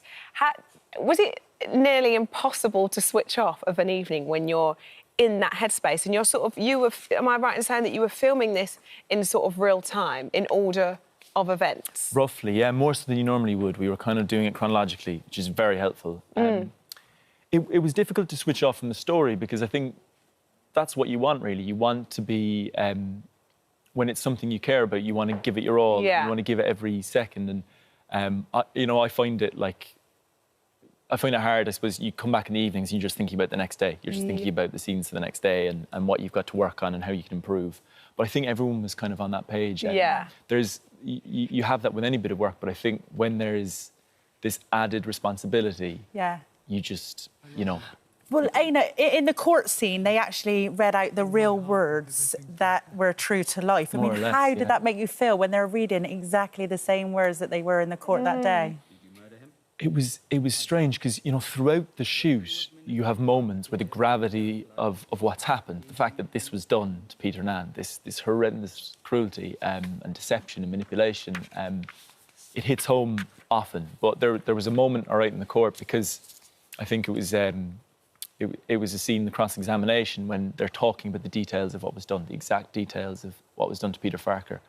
And there was just a moment after one of the takes where we all, I don't know, the gravity of it all kind of landed with us. Talk to you.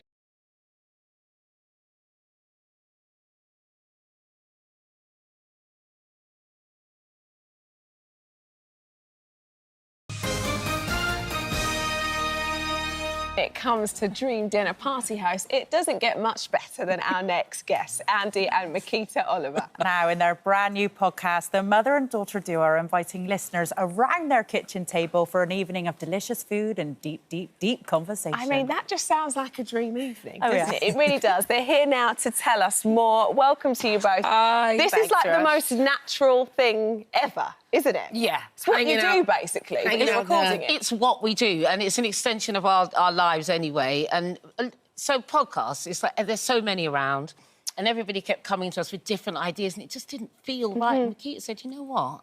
We should just do what we do. Yeah. Yeah. And it's just been the most fun ever. And it's just great to not have to step even outside your front door. Yeah, we used to do it at my mum's house. Is that my house? Literally. This is Literally. my And like the dog's there, and my nan lives with my mum and dad mum's now. wandering so she's in and there. out. And I think people really appreciate that. And you know, we get asked to be guests on other podcasts a lot. And I think there's quite a lot of podcasts that are like, this is the idea. And I think sometimes if you go, just come around, get loved, get fed. Yes. And that's done. And that's a big thing, isn't it? You know. Yeah.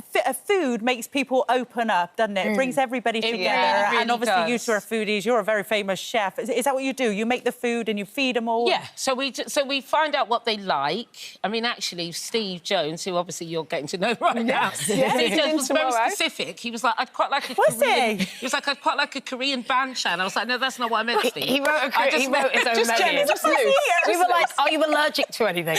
He was like, what I'd like, actually, Andy. Oh, it's all right, Steve, chill out. But we did. We made him a Korean spread. Because we love him. Well, he's a fussy eater, is he, Steve? Yeah. This is... Oh, no, he's very specific.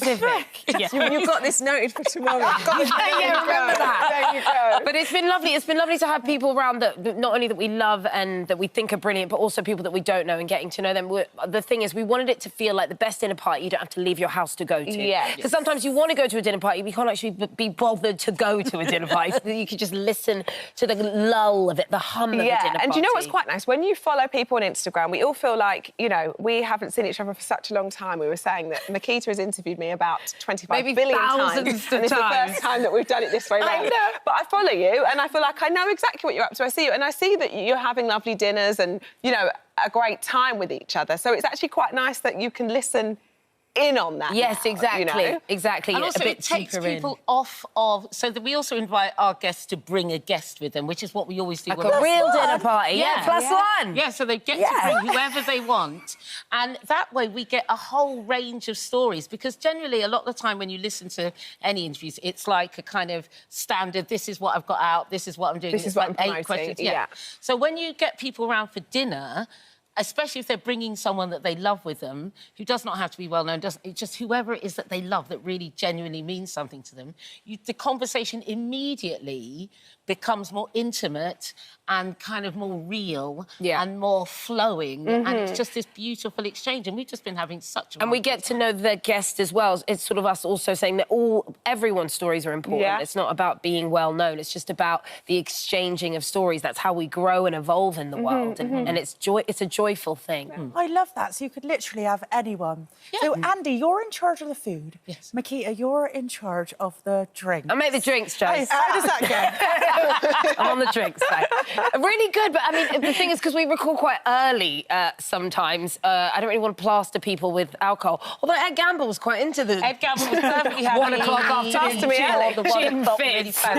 He was well into it. There we are. There we are, after a few gin fizzes. But a lot of people don't drink, so I've been doing things like we're calling them steepers, which is kind of I make a lot of different teas. Okay. And I have a herb garden on my balcony, so I've been mixing herbs and different teas and then pouring them over ice and having them sort of like nice. Yeah. Like iced herbal tea. This is like a whole experience. Sometimes the more alcohol you give them, the more they open up. Absolutely, funny that. Absolutely. Get them plastered. That's where the good stories. That's when the good stuff comes. But actually, you're right about the food. I mean, you know, there's a reason that breaking bread is an international symbol for welcome and relaxation and to just kick back and relax. And there is something really lovely that we've always done. You know, when Makita was little, I didn't have any money.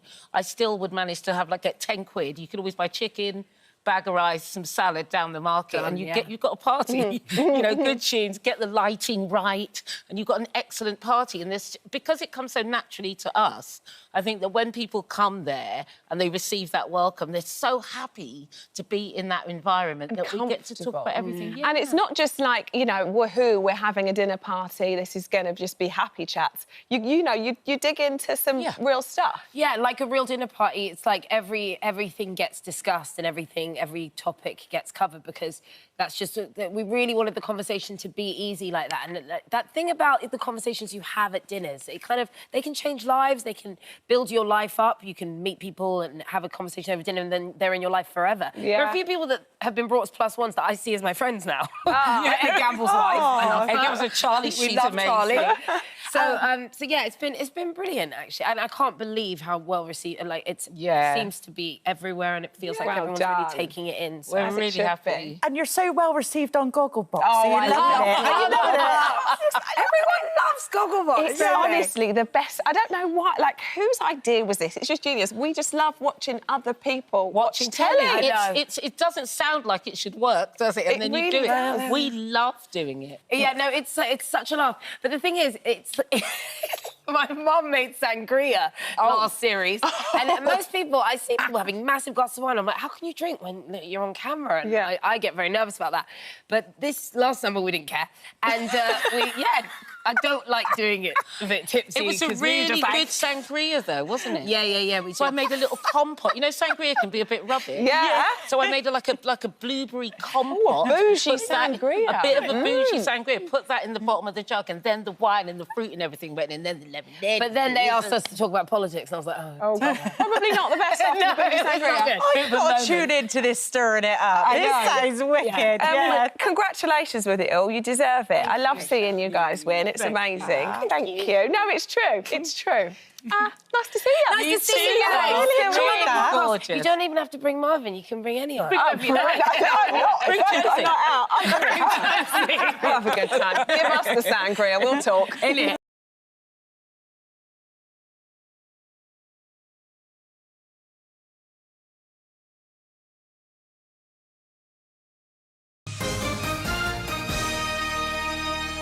Oh, amazing. And it is so lovely to have you on the sofa with us, Larry Allison. Larry, you're a fan of the accent, aren't you? You've been taking the mick out of me. I haven't. I think it's lovely. He's been celebrating celebrating the accent. Celebrating it. What poem did you just say there? Billericay? My name is Tricky Dicky and I come from Billericay and I'm doing very well. It's an Ian Dury song. I worked with him once and I said, I'm just amazed that somebody could have ever got Billericay into a song. Into a rhyme. Me too. So your new show sees you travel from Billericay in Essex down to Barry Island in South Wales, and this is all recreated from Gavin and Stacey. Yeah, it's kind of like it's a trip down memory lane in terms of us as the characters, it as the story, where they come from, and all the points you pass going across the country. I can remember thinking about it years ago, maybe do a walk or something, you know, to walk. It's a couple of 100 miles, you know, you could do it in the morning. But yeah, it's... Especially our age. Well, you've been friends for a long time, right? You've been friends for over 25 years. Till we did that. Well, I was just about to say, are you still as good friends after road tripping together? Yeah. Yes, amazingly. Yeah. We were together for 3 weeks, side by side in a car, driving over 200 miles. But we had fun. We did. We really did have fun. No beefs, no nothing, no maps to argue over. Oh, there we go. Know, we were told where to go and we just went. It was none about, oh, should we turn left and right? No, just keep going. So it was great. And was there lots of reminiscing along the way? Yeah, there was. We just talked about this and that and our careers and life and, you know, and how we were feeling that day or whatever. We were just being ourselves. Yeah, that's that was the the main great thing about it. How did you first meet them? Because you have been friends for a long time, 25 years. We've got a mutual friend, and we met through him. And then, you know, then all of a sudden we were working together. That's really the way it worked. So 25 years ago you were working together. More than that. Yeah, more than that. What was the show? I can't remember. It was The Missing Postman. Oh, The Missing Postman. It was back in either the end of the 80s or during the 90s. There it is. Oh, look, there you go. Oh, yeah.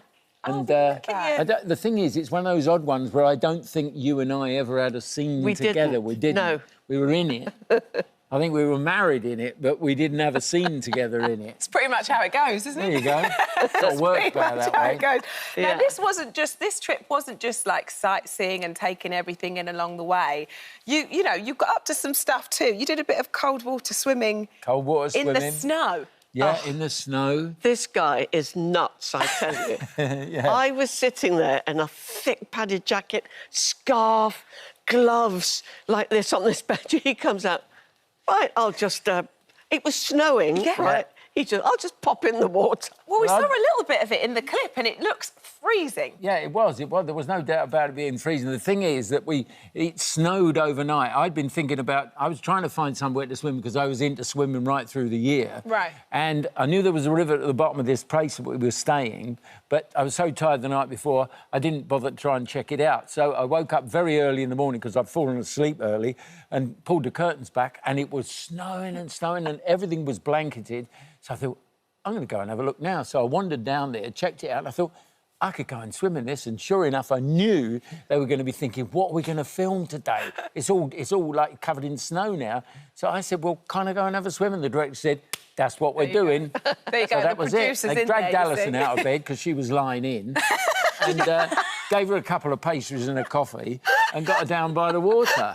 And they said, right, put your gear on and come and swim. Oh, you look good on it, my Larry. They say it well, reverses the ageing process, and you do look good on it. Well, there you go. Thank you very much. Bit of cold water it's the lamb therapy. kebabs, dear. And what other activities did you get up to? Well, we did puppet making, which Alison's very good at. I love that. That was one of my favourite moments. There you go. Making puppets. Yeah, there he is. Go. Yes. We went to what is it? Not a hawking centre. It's a birds of prey centre. Yeah. Oh, where you put the meat out and and you hold it. Did that not scare you? No, not at all. And you're quite a keen bird watcher, aren't you? I am indeed. Yes. Yeah. So it was lovely to be that close to an owl, and they're not afraid, you know, because they're used to people, obviously, and they just put a little bit of meat on your hand, and it flies in, lands, takes the meat, and that's it. Flies off. Yeah. That's it. And what did you make of Billericay when you first went to it? Well, I mean, a lot more interesting than I thought. It's a proper little old... It's an old village. I thought it was lovely. Yeah. Really did. I thought it was just going to be sprawly suburbs, but it's not. It's like, it's got a real And I didn't know anything about the history of the Pilgrim Fathers leaving from there. No. You know, I mean, it's actually... That is pretty iconic, isn't it? You know? Yeah, it is. I can imagine you got a very warm welcome in Billericay. Yeah, and I can imagine that everybody double taking you, thinking surely not. Yeah, well, they weren't exactly lining the streets. We got in there secretly. We filmed Alison coming off the train at Billericay station, and then we zoomed off around the town, and we had the mayor with us. And it was, we had a lovely welcome from them, and they'd set it up that we could plant a tree. And because they had a lovely plaque, didn't they? With, you know, which they said they're going to set it in concrete because it'll be stolen. It was Here lovely. we are. Yeah. Oh, lovely. But it was really nice to put Billericay in the story because Barry featured so much in the series. Yeah. And Billericay was kind of like, oh, that's where they come from. And then they filmed us in Wales, that was it. We filmed the house in Wales.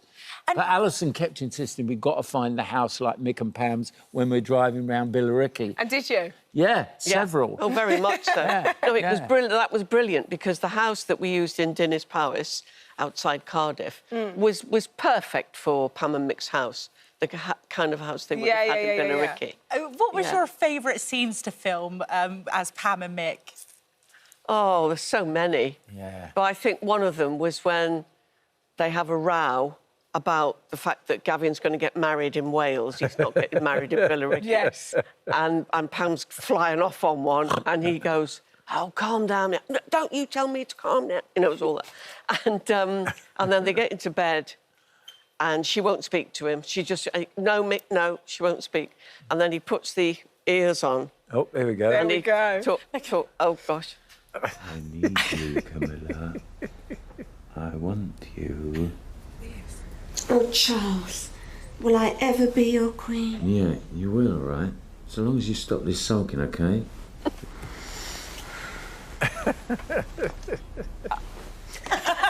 Brilliant. It's amazing. Thank you so much. Thank you.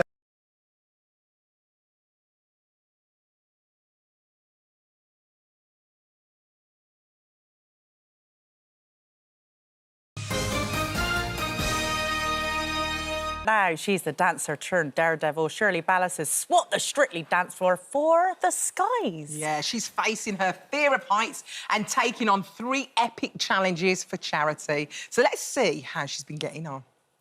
I'm all kitted up from head to toe, as you can see, and about to go on. Love that. And here she is, the Wonder Woman herself, Shirley Ballas. It's so lovely to see you. It's great to see you again. Thank you for having me on again. Shirley, how do you look that good doing that zip wire? Because when I did that, I did not look like that. You look so composed, so elegant. How did you look then, Jo? Oh, no. Oh, no.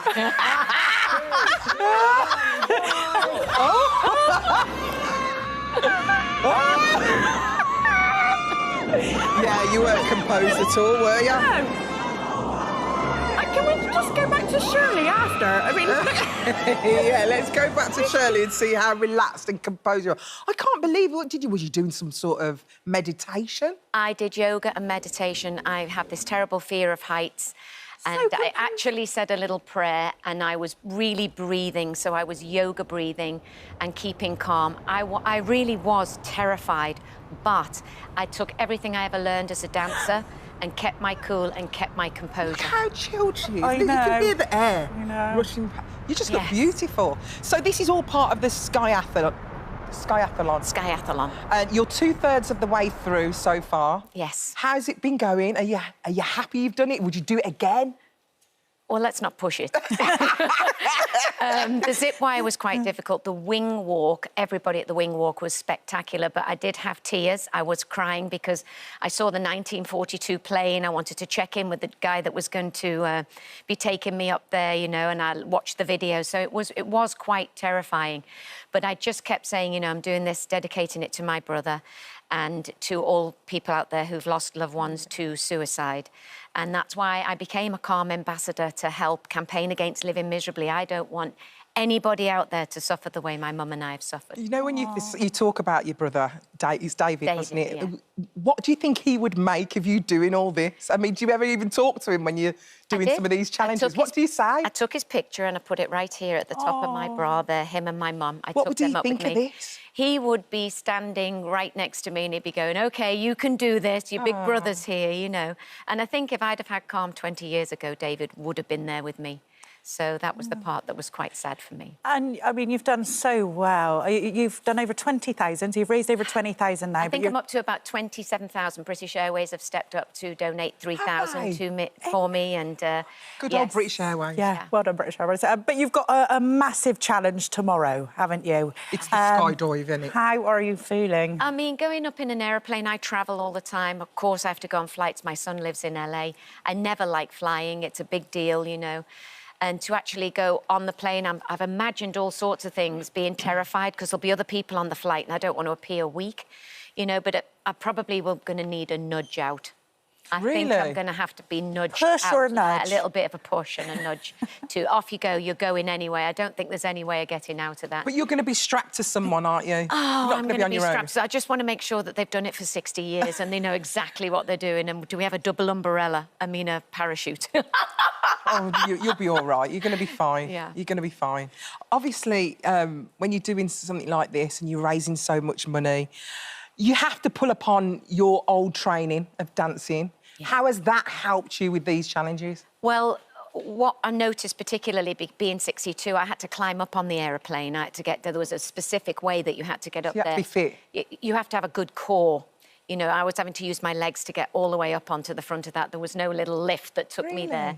And a good core training in the zip wire as well. So I think that kind of helps, the fact that I know how to breathe. Yeah. I know how to carry myself. So I do think that helped me a little bit, particularly in the skywalk thing on the plane.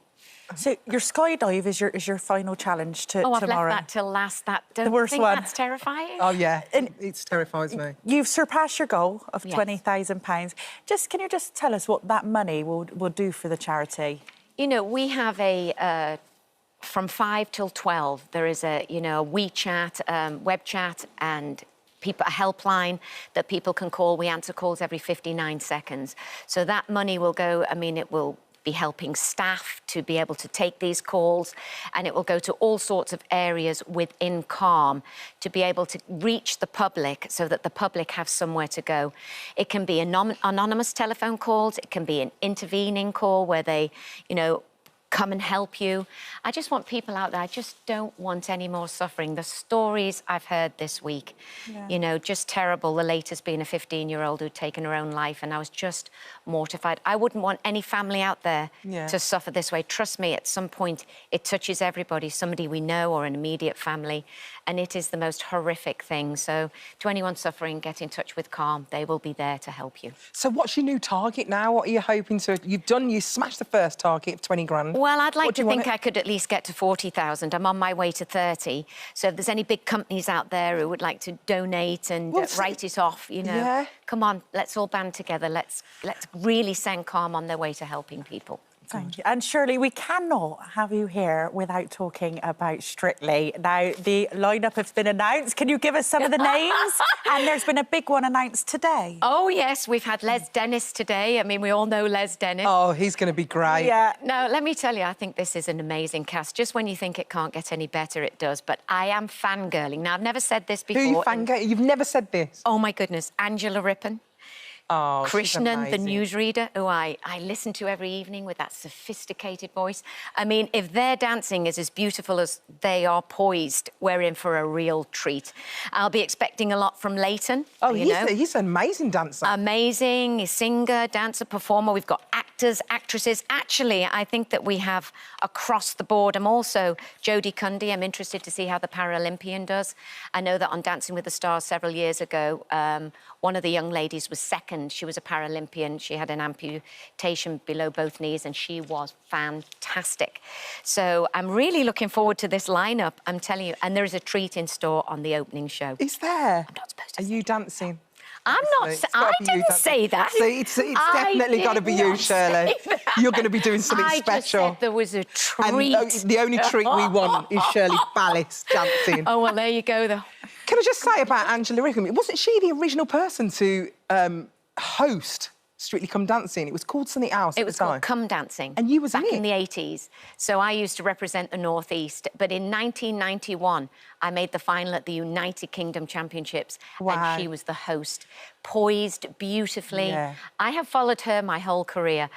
79 years of age, she is going to be giving you all a run for your money. I'm telling you, she's quite special. Fantastic. But we have a whole unique lineup. The whole lineup is fantastic. Shirley, is there anyone that you'd really want to see on that dance floor? You, Josie. Wow, I wouldn't want to show them up. I am never going to give up on the hope that we have a royal family member. Oh, that it will come happen. out. You know, when we saw a celebrity get me out of here last year.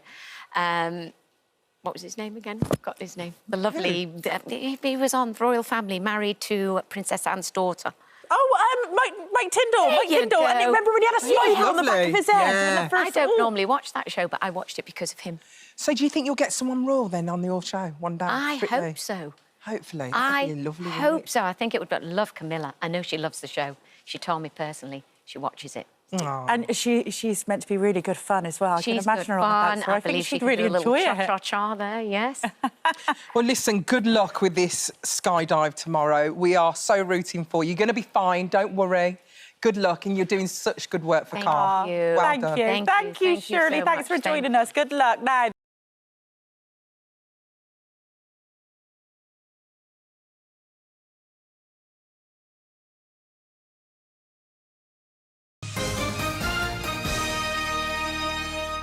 Oh, we are so lucky to have James join us now. James, thank you so much for coming in. Thanks for having me. I mean, you are undoubtedly the most successful X Factor contestant of all time. OK, over 1 billion UK streams. But you were writing music way before the X Factor, weren't you? I was, yeah. I was, I've been doing it a while.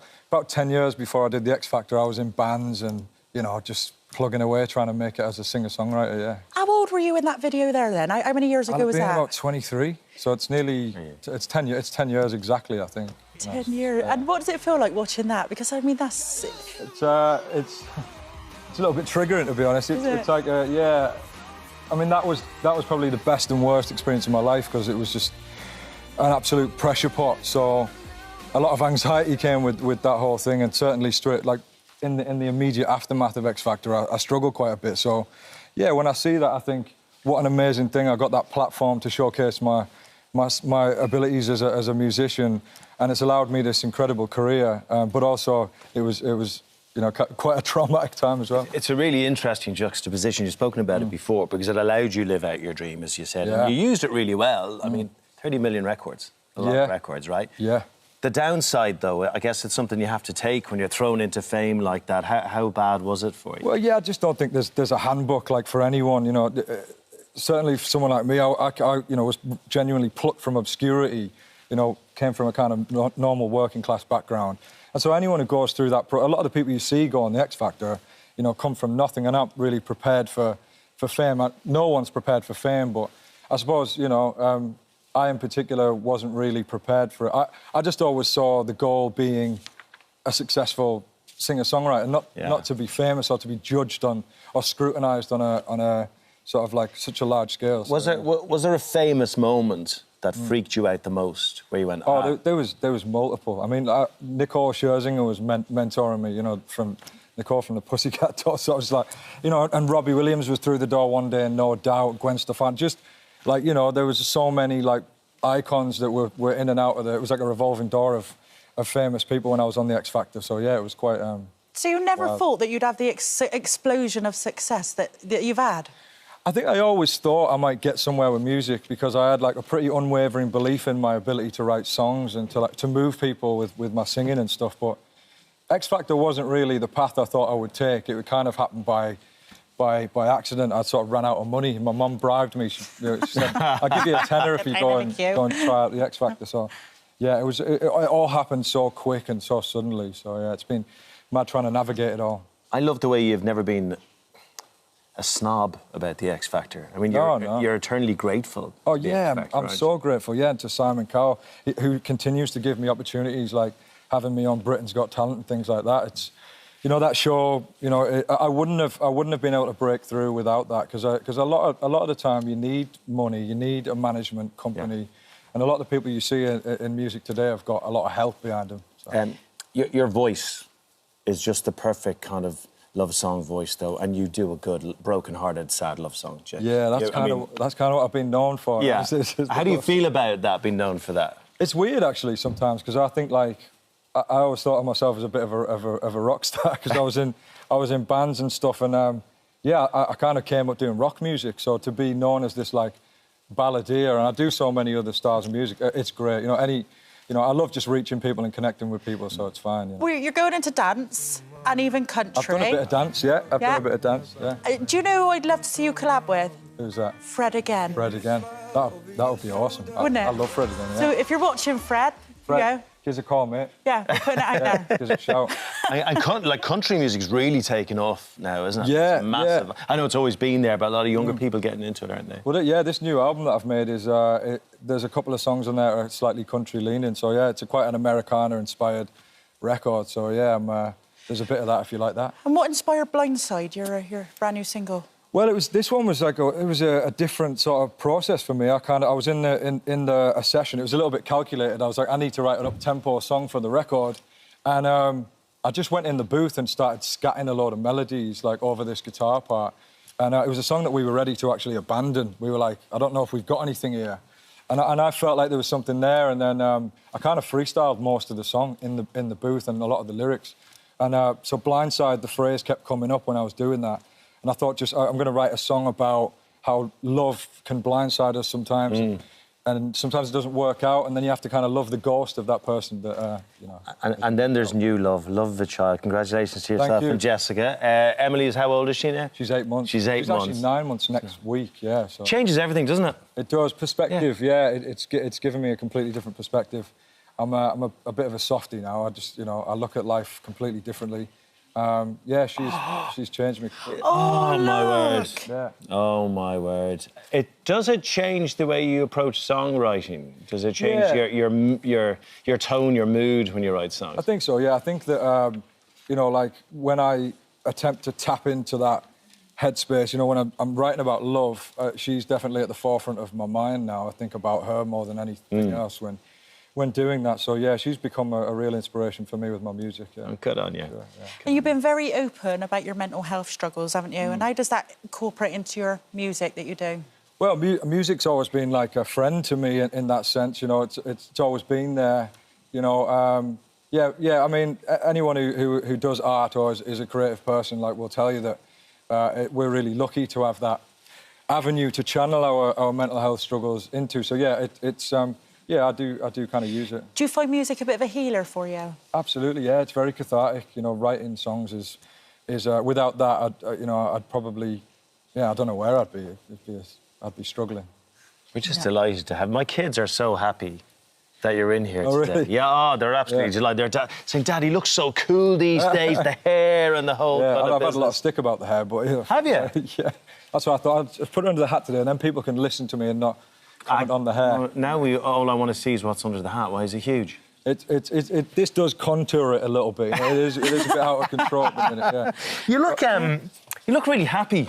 Yeah, you look really chilled and happy. I'm just relaxed. Anytime I've come on here in the past, I've always been riddled with anxiety. Have you? Just any sort of live TV. Probably because of the nature of how I came up. But I've sort of probably having a kid just chilled me out. Yeah, which is mad. You've got the best fans ever. I mean, you've got thousands and thousands dedicated to you in a Facebook group. I mean, what does it feel like to have? And they're really dedicated to you, aren't they, James? Yeah, my fans are unique because I think that they, rightly or wrongly, feel like maybe sometimes I haven't been given a fair shake or I haven't been given my flowers considering what I've managed to do in spite of all the obstacles I've faced. And so they really do campaign for me in a way that is it inspires me, and I'm really grateful for them. Yeah. Well, we're really grateful for you coming in. Thank you, James. Thank you Blindside out now. Yeah, Thank you very much. My son Milo's going to be looking at your trainers, going, "Hello." Yeah, I get a lot of Nice. comments about these bad boys. They are good. They are nice. They're, Oh, lovely. Oh, nice, yeah.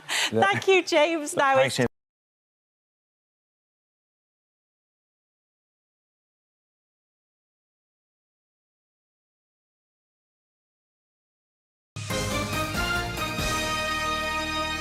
Travels. He's going to tell us all about the unexplored corners across the pond over in America. Matt, good to see you. Good to see you both. And you've come straight from the farm because you're still a farmer. It's still happening up in the Dales. I've been up north, so my kids are watching from up there. Wow. And mum and dad as well. Do you want to say hello to them all? Say hello to them all. Hello there. They've probably been up since 5 a.m. like... Oh, working away, yeah? tough. No, to be honest with you, things are a lot easier than they were before. And that was the whole reason why we were doing what we were doing back on our family farm. My mum had this nasty accident, and as things progress, you think, how do we make this sustainable for them to continue living the way that they love? And so we made all these changes, changed our flocks over to sheep that were easier to manage. And do you know what? Things are going great up there. Just now. a beautiful TV show, like pure escapism, Joe. So you just drift off watching you. It's just a wonderful show. Well, we're quite a quirky family, and to be honest with you, that's the way it's always been. And you know, I've done lots of different television programs, and nobody's really seen that side of me before. But that's been my life. That's shaped me. That's made me, you know, who I am, the countryside that I grew up in, and that lifestyle and that way of life. So we put it on the telly, and people enjoy spending time with us. yes, we do. Yes, we do. And you swapped sheep farming in the UK for the Americas. Well, do you know, this is interesting because people really enjoyed that show so much, and it was real, and it just is the way that it is. Whenever I go on holiday, I don't go to beach areas. I go to the rural parts, and I love to talk to farmers and those that are rearing livestock and all of that. And so I thought, well, why don't you just film what I do when I go abroad? And so that's the heartbeat of this series. And really, it's all about the people. It's about the community. It's about those quiet people in rural America that you don't often hear about. And this is not about Las Vegas and monster trucks. It's like a cross between Little House on the Prairie and Yellowstone. My favourite, my favourite. Where did you travel to, Matt? So we did Florida, started in Florida, then we did Texas, Arizona, California. But honestly, the people that I met, the ranchers, I know you've got a thing for cowboys. Oh, yeah, I've got a little thing for cowboys. Well, that's our little secret. And rugby players. And dancers. Rugby players. Yeah, but I mean, I was up on horseback with the ranchers out there, and I was diving on the barrier reef down because they have real problems with the barrier reef there. I was meeting those who are effectively farming coral. Wow. And they then harvest the coral when it gets to a certain length, and then they stick it back to the existing reef with epoxy resin, and so that the barrier reef itself can continue to grow, and all of those species and all that come back. So although it was stingrays, man. Yeah, although it was, you know, agriculture at its heart, it's those who are working within the landscape and finding out what makes them tick. And I mean, we turned up and it was very unscripted. I mean, it was like, please show me what you do. And because of that way, and as soon as they realised that I was really into what they were doing, they were so welcoming and so on. They were just opening up their barns and saying, look at all my old Incredibly shot. That was a beautiful bit of shooting. Yeah, no, it's a great crew. Actually, crew-wise, it's the same crew that we used to film our farm in the Dales with. So it's very much connected, and all those tones and the heartbeat that we had on our farm, I've just widened it out. The scale, though, Matt, when you go into rural America, the size of the farms, it's extraordinary. Unbelievable, yeah. And actually, we went into Arizona as well, and I met up with a Colorado River Indian tribe that use the Colorado River to irrigate their crops in the middle of the desert. And they were showing me all these techniques of how they can grow crops in the sand. I mean, it was just incredible. But they go back through all their ancestry, and the Miccosukee tribe as well in the Everglades, who fled there, you know, just for protection. And then they made that place their home, working within the landscape and growing crops at certain times of the year and being in tune with Mother Nature in that respect. So, is it as tough for them farming over there as it is for all the farmers over here yeah, who struggle? I think it is. I mean, it's one of those things where there's the industry side of it, there's making the money, and then there's providing for yourselves and for your family and that way of life. You know yourself, it's not a job being a farmer, it's a way of life, it's a lifestyle, and you've got to love it. And again, it goes back to my upbringing, and that's what's made me tick. That's my work ethic. Your work ethic is for each other and for the people that your neighbours and those that are around you. And that really strikes through in this series. Well, they're the hardest working people, farmers, aren't they? I've never known a bunch of people that work so hard. Yeah, and we have the best in the world. I mean, I've been all over the world and seen lots of farmers, and British farmers, without question, are the best. Matt, has it changed you, this series? Because you do feel a little bit different. Like, has it changed? Well, you're probably seeing me in my natural state, not as a TV presenter. But I'm covered in mud for a change. I'm not got his wellies on, yeah. Exactly. I tell you, that when you do things like this, it really makes you connect with what makes you feel good. Do you know what I mean? And you bring stuff back, and now it hasn't changed me. It's kind of changed the way I farm a little bit, because now I lasso my sheep.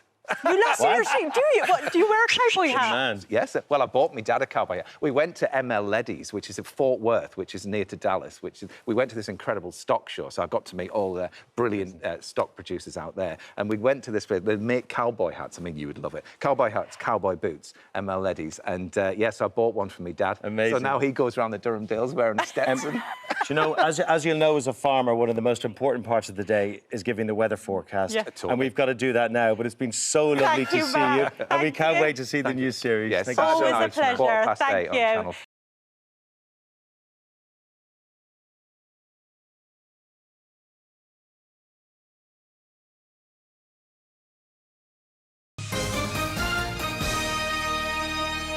Now you just can't help but love our next guest. By day, you'll find her sitting with the loose women. By night, she returns to where it all began, stand-up. Yeah, now Judy Love is heading back on the stage, bringing her comedy tour to a town near you very soon. Before we talk to her, she's a little bit nervous. I'm amazed you're a bit nervous. I do Don't be nervous. I'm with you guys, and I've got to say, I'm sorry, Josie, I mean, you are looking fabulous, yeah? You're not a snack, OK? This is a whole meal, 3 course.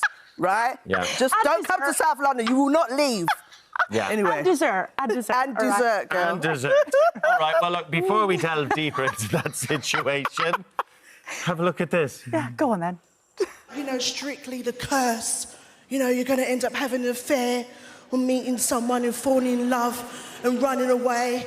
And I was like, sign me up! And then the other day I was at the lady doctor's. As he was there, you know, he said to me, oh, great American smooth.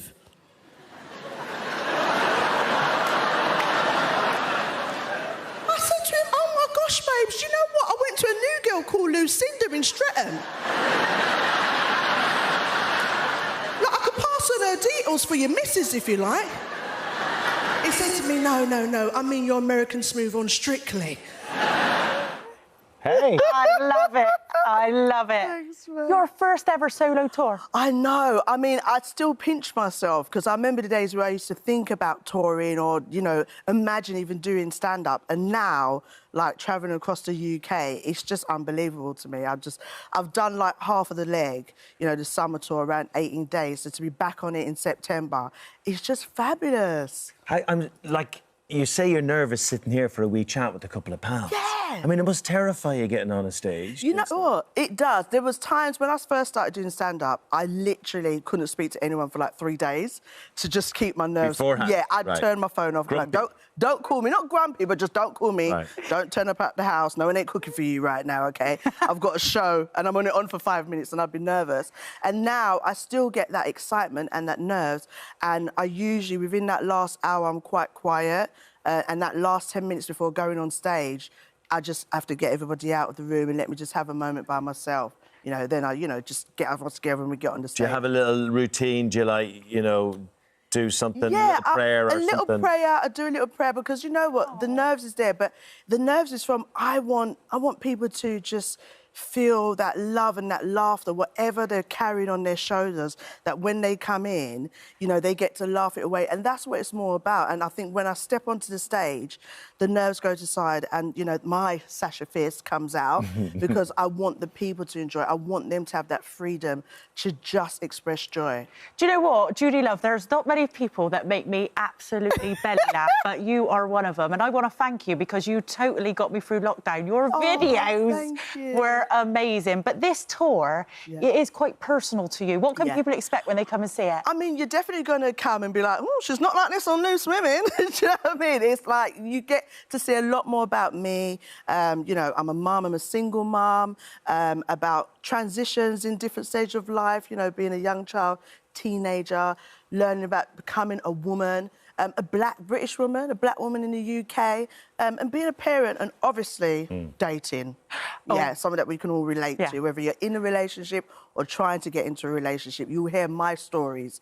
And it's just a relatable show for people to just connect with. I have something really relatable with you. Yes? Yeah, because I went to college in the Elephant and Castle. Oh. That roundabout, with the LCP there, right? But that roundabout, you have a very good take that's taken away some of the fear and pain from me about that roundabout. Can we have a wee look at it? Yes, you can. Have a look at this. Wow. Who the hell invented and designed Elephant and Castle's roundabout? I was lost for about 20 minutes. I was going round and round, ring a roses, pocket full of posies. I tished you, me damn Ross lost. I was in South London and at one stage I felt like I was in East. That's the kind of roundabout that you bring your Bible with you. It's terrifying. That roundabout, and do you know what? I could tell you something which was really crazy. I went to an event in South London one time, and this is when the video had gone viral, and this gentleman came up to me and goes to me, "Oh, I saw your video on the roundabout. It was really great." I said, "Thanks." He was like, "Yeah, I was one of the designers." I was like, "Oh, my God. I'm just going to get a juice, boo-boo. Hold on, I'll be back in a minute." It's terrifying. It is a lot.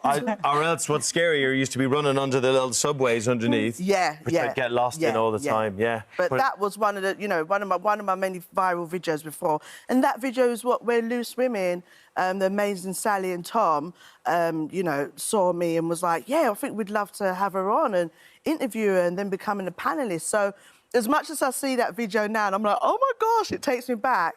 It brings so much joy, and it's a heartfelt moment that someone watched that, like Sally and Tom, and said, "Yeah, you know, we connect. We want other people to experience her." It's beautiful. Well, people connect with you, Judy, because you're so real. And you've done some pretty real jobs in the past. yeah, I mean, yeah. you've worked with mental health, Yes, people with I have, mental health. yeah. And there was a situation that you had, and you really made him laugh. Can you talk us through that? Because You know, it's those little things, isn't it? It is, You on and to... it's, you know, I qualified as a social worker. I did my master's in social work, and I worked in mental health. And there was a particular time I was doing some training in a mental health rehabilitation home, residential home, and it was people with real high psychosis, you know, really serious psychosis. And there was a day that I was cooking, and you know, there was at least around 12 residents, and we was laughing and I was making joke and I was just being me, and one of the gentlemen, we was all laughing. I remember standing there and watching everybody laugh and just taking it in. And then one of the gentlemen, it makes me emotional today, one of the gentlemen just turned to me and said, like, "Thank you. For a moment, I just forgot about my psychosis." And to me, I was like, that's all you could think about. That's all you could think, that in a moment someone could forget about something or they could just feel that moment of joy. And that is definitely one of the things that kind of pushed me into saying, you know what, let me just try. Let me try, you know? It should be escapism. Go to comedy shows. Yeah, I think laughter is healing. I've been through a lot of adversities in life, like many, and one of the things that I see the pattern that has got me through was laughing, you know, just finding that place where you could just drop your shoulders, release and connect with people. How much of a laugh is Loose Women and the gang there? Well, I'm glad you backed it up with the word "the gang," okay? Yeah. Loose Women are a ball. I absolutely love all of them. And do you know what? I say to everybody, the beauty about Loose Women is I've got like 20 women to my hand that I could get advice, whether it's from a health stand, whether it's for parenting, financial. I'm so blessed with having these talented women around me. And then we're now taking it on tour. You've got 2 tours going on. We have got 2 tours going on. Well, I've got my one, like Judy Lowe tour, but Loose Women are going live on tour in September. I'm in the Cardiff and Birmingham one. And I mean, listen, it's going to be a ball. Loose, let loose. I mean, let's call it loose women. Loose. We're about to get loose. And it's really exciting because doing live shows is where you really get to connect, but being in front of, you know, in a theatre with hundreds of women and men, and they just being connected and them seeing us live, it's going to be outstanding. I cannot wait for that. I can't wait either. So you're just going to tour the country, cities, towns? Yeah, I mean, Loose Women, I think they're doing the whole of September. I'm going to be on, I think, the first one in Birmingham and Cardiff. You've got a mix of the women. I mean, any show that you go to, you're going to enjoy it. If you enjoy Loose Women, this is on another level because it's live, it's in a theatre. I mean, there's a little bit of wine. So I think it's going to be extra nice. And not on telly, so you can say whatever you want. We can say what we want. As you like. And I get to spend time with some of the women that I love the most. And it's like a girls' trip, and everyone can come with us. So I'm really excited for that. Judy, I'm so proud of you. I'm so proud of you. You know, you've worked really, really hard. You know that. You've worked so hard. We all have, yeah. It's one of those moments where you're just like, you know, this is where it is. And that's why I always say, even in my show, in my One Like Judy Love tour, it's about taking those chances sometime, you know. If I never said to myself, OK, I don't feel like this is the place I'm supposed to be, I feel like there's something else, and just take that risk, then I wouldn't be here with you amazing You've done people. it. You've done it. Keep making us smile, will you? Yeah. Thank you Thanks so so much. much. Thank you. Good to see you. Snack, a whole snack. That's what I say. Snack? Yeah. Oh. She calls me a snack. I like it.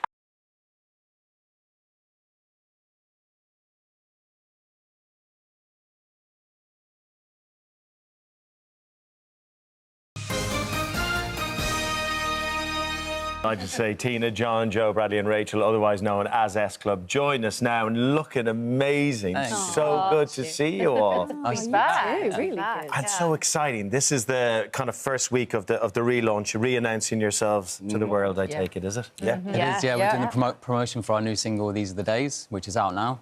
So, yeah, it's been fun being back in the driving seat. Your first new music in 20 years. Was it daunting, Tina? Or... Yes. Was it daunting for you all? Yeah, we were just really excited because we just feel so blessed that to be able to kind of come back and, I guess, new chapter, do it And have again. the amazing reaction that we've had as well. And have, like, a sold-out tour. And what a reaction that you've had. You've had a sellout tour. Are you shocked, or are you... A little bit. Yeah. I think we are, aren't we? I think so. You never really truly know, do you? Yeah, you never know what to expect. But I think it's that nostalgia for people, you know, and we are just going to come out with a celebration of all our big hits. We've got some of the best fans in the world, you know, they've always stuck by us all over the years, you know, and it's just great to come back and put this on for them, you know? Yes, you really are. The thing about the music, though, like we found it all morning, haven't we, Joe? When it comes on, you're straight back there, you know. Is it? I mean, is it all still so familiar to you? Did you have to reset your brains a bit? Did you cruise back into S Club mode? We just all cruised straight back into it, you know. I think with the songs, they're so uplifting, so positive, so you can't help but smile and sing and dance along, you know, whether you want to or you don't. You just do. So it feels like this. nice. It does. You have to, like... We've got to have a listen to your new song. Let's have a look. Yeah. Happy for you all. I'm so proud of you all. A sellout tour. You've got your new single after 20 years. You've all been so successful, but I'm so sad for you at the same time. What was it like looking through the videos of Paul to make the video for this new single? It was tough, you know. It was never going to be easy, but I think Paul was such a massive character and he was so silly that you just do end up laughing at half of it because he was just always full of fun and full of happiness. So, you know, I think that moving forward, we just want to remember Paul for the happy chappy that he was. And we have all those memories on film as well. We're really lucky. All of our moments with Paul, we've got documented forever. Do you know what I mean? So we're lucky in that respect. Did you find it quite healing looking back at all the videos? Or... Yeah, it was actually. Yeah, it was. Yeah, because in the music video we had a book. We wasn't allowed to see it until the day of the shoot. So all the reactions you see in the video are us reacting, you know, in real time. It's real. And then we had a video that was about 45 minutes long of just random clips from back in the day, and it's just it's just great to have those memories. A lot of our decisions for tour have been driven by Paul, haven't they? Yeah, exactly. In what way, Rachel? In what way? Just, you know, when we're picking songs or when we're working out the screens or whatever it is, Paul's he's just going to be such a huge part of it. And, And it must be so beautiful as well, Rach, for his family to see that. Did they say anything when you were using all his footage? Yeah, we've been in touch with Paul's family a lot, and they're a big part of everything we're doing too. And when Paul's mum saw all the footage, so special. Everything we've done has all gone through Paul's family with their 100% blessing. So we would never do anything that was not, you know, respectful, not respectful to them or to Paul. So it also, Tina, it kind of makes you, when a tragedy strikes, be it with family or friends, it makes you so much more grateful for what you've got and what you're doing, doesn't it? Yeah, 100%. Like, we kind of now kind of, you know, it makes you realise that we are all just human beings, and you've got to just, you know, take everything, you know, life's too short, life's too short Embrace to it, sort of, you know. And John, did you feel Paul when you were shooting the video? Did you feel? We talk about him all. We mention him We every do. single day. There's always moments when you think, oh, Paul would have loved that, or Paul would have said this, or Paul would have. The sun was out that day as well. Yeah. As you know, we've not really had much sun this summer so No. far. But on that day, the sun was beaming. It was a beautiful Beaming all day. day. And we say that, you know.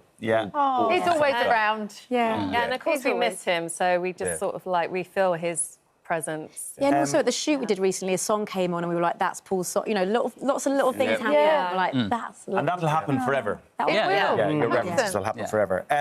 Look, we've got to talk about Hannah because she's obviously not here today, and you know we read that you know you're hoping she might rejoin at some stage in the papers today. Slightly different story being told, but I'll just tell you what's been said in the papers. It said that an anonymous source has claimed that Hannah Spurd is no longer on speaking terms with the band. Claims that Hannah was not aware she wouldn't be included in the tour until the group posted a video on Instagram with tour details. So that's what's been written in the newspapers today, and I guess to give you the chance to respond to that, John. I mean, for us and for everyone listening, actually, whenever an article starts with "a source said," you can kind of take it. You can kind of take it with a pinch of salt. Who is the source? Yeah, but you know, the one thing they did get right is that we are doing a 15-day tour across the country, which starts in Birmingham on October the 12th. Yes. We're going back to Dublin this time this year, which we Yeah, didn't do we're last so time. excited about So we're really looking forward to see our Irish fans. John, the door is always open for Hannah. Is that what Yeah, you're we've saying? said that many times. There's always open. The article's nonsense. We're basically. doing a lot of Yeah. stuff in 2024, so you never know what's going to happen in the future. But, you know, I think just right now we're just really excited and really looking forward and concentrating on the tour and making it a really special show. We've got a lot of work ahead of us. We have. You got some dance routines you learn, Bradley. That's right, How's that going, by the way? Yeah, it's going really well. We've had a Really? couple of rehearsals and we actually just fell back into it and working with a great choreographer. We've got to get We're Andy actually Peter better buff. than we thought we'd be. Yeah, we have to get. I was Andy just saying, Peters' man. trainer Andy Peters, coming. man, you're making me look bad out here, bro. Like, you know, I need to get back out in the gym. You know, the only for one. real. You're looking great. You're looking great, Andy. No, you all look great. You all look absolutely fabulous. I'm so proud of you. And thank you for bringing the tour back. Yeah, it's brilliant. Good luck We'll with see it you all. there. Have a great time. Definitely. Brilliant stuff.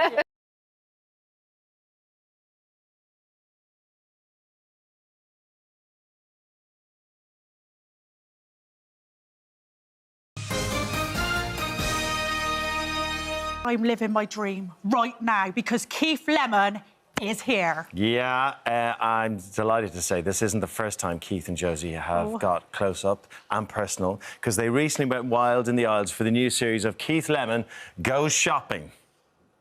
I went to the head teacher's office once and I was quite a tubby kid and I thought I'm off. So I tried to climb out the window and I got stuck in the window. Is it true that your mum used to take you to school in a horse and cart? Yeah. Would she come along to school? Yeah. I mean, what did your friends say? Well, I was a bit... when I was a kid... Oh, that's an interesting means of transportation in modern times. Yeah. Well, when you're a kid, it's a bit embarrassing, Yeah. but now I love it. Yeah, yeah. My mum trains horses Does for the she? horse and cart, yeah. That's her job. Yeah, she's a horse trainer. Are you like a big horse person then? I am, but my mum was a bit mean when I was growing up because they used to put me on the back of a horse. What, like you were holding up without a saddle? Yeah. Stronger. Can we just repeat what she just said? Oh my God, my accent's horrible! She's never seen herself on telly before. Have you never heard yourself speak before? Never ever watched myself. I've just watched myself there and I'm like, oh my goodness, I didn't realise how Bristolian I was. Well, because you were in your hometown, so I guess your accent gets stronger, doesn't it, when you go home? I think that's it. Do Yeah. I sound Bristolian now? Of course you sound American. Kind of Scandinavian too. Yeah. It's called Shopping with Keith Lemon, not shopping. Keith Lemon Goes Shopping. Better name. My name's better for. All right, okay, Yeah, then. yeah. Well, I'll tell all the graphics people. Could you get it all changed, please? And, well, the legend Keith Lemon is here. And now, for people who haven't watched the show, not many, No one watches it. Because when we were filming it, people come up to me and go, what are you filming? I go, shopping. They go, what's that? I go, it's the show that I love doing the most that nobody watches, but enough people watch it because it's in a 4th series. And we went shopping. Yeah, 4th series. So the idea of it is you take celebrities... It's a chat show, but in shops. Because I think it's really a therapeutic act, shopping. Some people love it, some people hate it. How much do you spend on jeans? I always think that... The question I love the most is, do you like being famous? Do you like being famous, Craig? You ask people that? Yeah, because you like being famous, I don't love you? being famous, Do you? yeah, it's brilliant. Because some people won't say yes because it looks like you're full of yourself. Oh. And then if you say no, it's like you're not grateful. So it's a difficult question, I think. Yeah, no, Do you like being famous?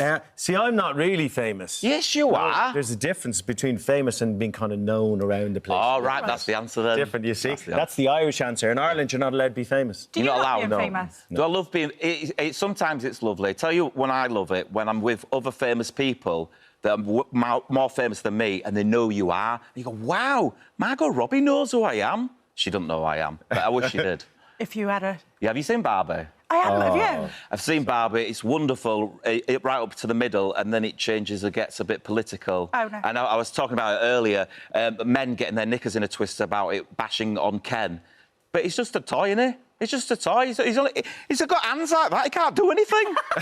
His hands are just like that. He can't do it. He's just there to make Barbie's life look even more nice. He's a good-looking fella, isn't it? I liked it. It was real fun. I thought the first 20 minutes was hilarious. Yeah, it's brilliant. I thought we were going to be like Elf. What were we talking about Barbie for? So shopping with Keith Lemon, Wednesdays, 10 o'clock on ITV2. So you went to the supermarket? But you go to all different kinds of shops? Yeah, wherever they want to go. The big shop, that's what it's called, isn't it, when you get your food? The big shop. I think it's really telling of people as well. We're going down the different aisles and what do you like shopping for and stuff. You don't like shopping because you go local, don't you? You don't do the big shop. I can't stand shopping, no. Don't you? See? No, you love it, though. I do. I'm a shopaholic. There's not a better feeling than getting home and seeing a brown box with a big black smile on it. The Amazon box. Yeah. And I can't say any other... There's no... Just name all the other ones now, please. What is the other ones? I have no idea. Well, we better not. The other online shopping services. How about your grocery shopping? How are you with that? I don't like food shopping. I think that's a bit boring, but it is very telling about what people eat and stuff. So, yeah, I have a wonderful time with shopping with Ollie Murs. I think this week it is Ollie Murs and it's Moxie and Mabuse. We went handbag shopping and she went shopping for stuff. There, you've shown a clip of it. There is Ollie Murs. But, yeah, people really open up. Yeah, but you know they all open up to you because you open up yourself on the show. Like, you told me a lot about yourself and it made me open up a little bit. Yeah. Has anyone ever told you anything where you've been like, oh, I would never have thought that? Well, I'll tell you what happens. As jovial and whimsical, because it's jovial and whimsical, you can imagine, can't you, as it is, you do get deep chats sometimes. I can remember, I mean, I shouldn't have been saying this on daytime TV. Go on. But Richard Blackwood told me, this is really dark, man. He told me when he was in a dark time and he thought about ending everything. Okay. And then I go, how do I deal with this? So I just listen as much as I can and then try and get whimsical again and just say, what's the rudest thing you've ever done with an ice pop? And sometimes you need that. You need that. Yeah, but it is good to chat. Like, it is my attempt at an adult TV show. When I say adult, I mean adult conversation. Not adult as in Celebrity Juice adult, if you know what I'm saying. I'm sorry, the ice pop issue is there. I need to change it with something. Well, most people just eat it, I guess. Yeah.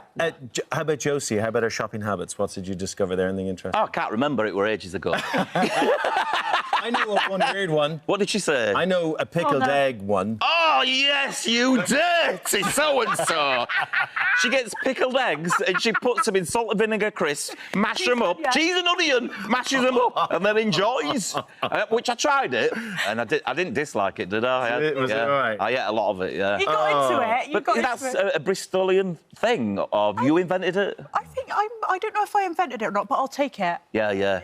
Oh, that is gross. I mean, you've had some really good celebrities. Who would be your dream celebrity to go shopping with? People always ask me that of Celebrity Juice, who would be, which is not on anymore. Oh. But who would we want on there? I always say Kylie Minogue, Jim Carrey, Mike Myers and Winona Ryder. They're like my favourite people, apart from my wife and kids. Oh, nice. Yeah, but recently, I'm really thinking about Margot Robbie a lot. A lot? Yeah. Are you? Yeah, just when I go to cinema to see Barbie, I guess. Barbie. Yeah. I haven't seen that other film that's against it, that's about building a bomb. Sounds really dark. Why would you go to that when Barbie's sitting there Barbie's to watch? so fun, isn't it? She is stunning. We've got to stop talking about Barbie. I know. So shopping, Wednesday, 10 o'clock, ITV2, and a tour next year in March. Oh. Yes. What's it going to be called? It's called My First Time because it will be my first time, and if I like it, I'll do it again. It'll be called My Second Time, and the third time, if I don't like it anymore, it'll be called My Last Time. The last time. Yeah, a bit like Adele with her numbers, her ages: 19, 20, 21, 22, 23, 20. How old is she now? I don't know how old she is. How old is she? And what can people expect? You know, I was just saying earlier about you can't put an age on you. Really? Can't, can you? No. You couldn't guess. No. Text in and see if you can guess how old Josie is, and you'll never guess. Really? I don't think you put an age on you. How old do you think I am? I wouldn't like to say because I'm a gentleman, but so I won't put an age on you. But I was saying, how old is Josie downstairs in the dressing room? I was saying that, but... How old are you? I'm 50. No, you're not. 50? Yeah, I'm really old. When did you turn 50? April, so... Oh, yeah, it was your big bash. Yeah, I never got invited to. No, I didn't get invited to any of your birthdays ever. No. People keep saying that to me. They go, I didn't get invited to your birthday. Have I ever been to your birthday? No. All right. But, yeah, I decided when I'm 50, I'd do different things. So I've been doing a lot of new different things this year. Like what? Oh, I really look tired now because I was busy at the weekend doing something different that I can't talk about because it's not on telly till next year. OK. But I enjoyed it. Any clues? No, I can't give you any clues. I'll get done. OK. Just quickly, Keith, what can people expect from your tour? They can expect loads of new rubber mask characters. They can expect a tiny bear. They can expect some really good-looking actor called Lee Francis doing some contemporary dance. They can expect some celebrity juice-style things, and they can also expect someone with a neck brace on being a bit wrong, a fox, an urban fox. They can expect Amanda Holden's gran. And when's your show on? My show's on Wednesday at 10 o'clock on ITV2. You literally mentioned it 18 times. Wednesday, 10 o'clock, ITV2. The tour's in March. Tickets are available on Gigmaster and on somewhere else on all my social platforms and all over the place, apart from Amazon. What's the best shop to go around with someone to get all their secrets, all their juice? I'd love to shop in Selfridges because that's my favourite shop, but you're not allowed to film in there. No. But Asda's a great shop, innit? We had a fun time in Asda. Where else did we go? Oh, we went for a pint. We went on a bus. That was fun on a bus, wasn't it? And I taught you some When was the stuff, last time you went on a bus? Oh, I haven't been on a bus in a few years. It was lovely. Yeah, it was so nice. And you had a little go, didn't you? I had a little go on the bus, Yeah. And I taught him some horse stuff. Oh, you did teach me some how to make a horse happy. How? Which, again, I shouldn't talk about on this programme. Really? But you can see it on Wednesdays at 10 o'clock on ITV2, how Josie likes to enjoy a horse and how the horse likes to enjoy Josie. I know how to make a duck happy. You can see that on my What do you do? Oh, you showed me in the ad break. Yeah, it's I mean, fantastic. The duck had I wonder if it's the same way as you make a horse happy. Yeah. It's similar. It's similar. OK. Thank you. I love you so much. I love you too, and you're lovely too, because we worked together years ago on Sing If You Can. That was a weird show. Yeah. Thank you. Yeah. And I dunked in a thing and... He got dunked in a thing and he got things thrown on his thing. It was fun, though. And you sung If You Could. And we're still here. And we're still here. So we're well doing done. it right. You so great together. We're having a lovely time. Thanks so much. Thank you. It's lovely to be. I've not been on here for ages. It's lovely to be back. Good to have you back. I'll come back whenever you want. Yeah, he may have mentioned everything, so you know when it's on and when to watch it and what to do.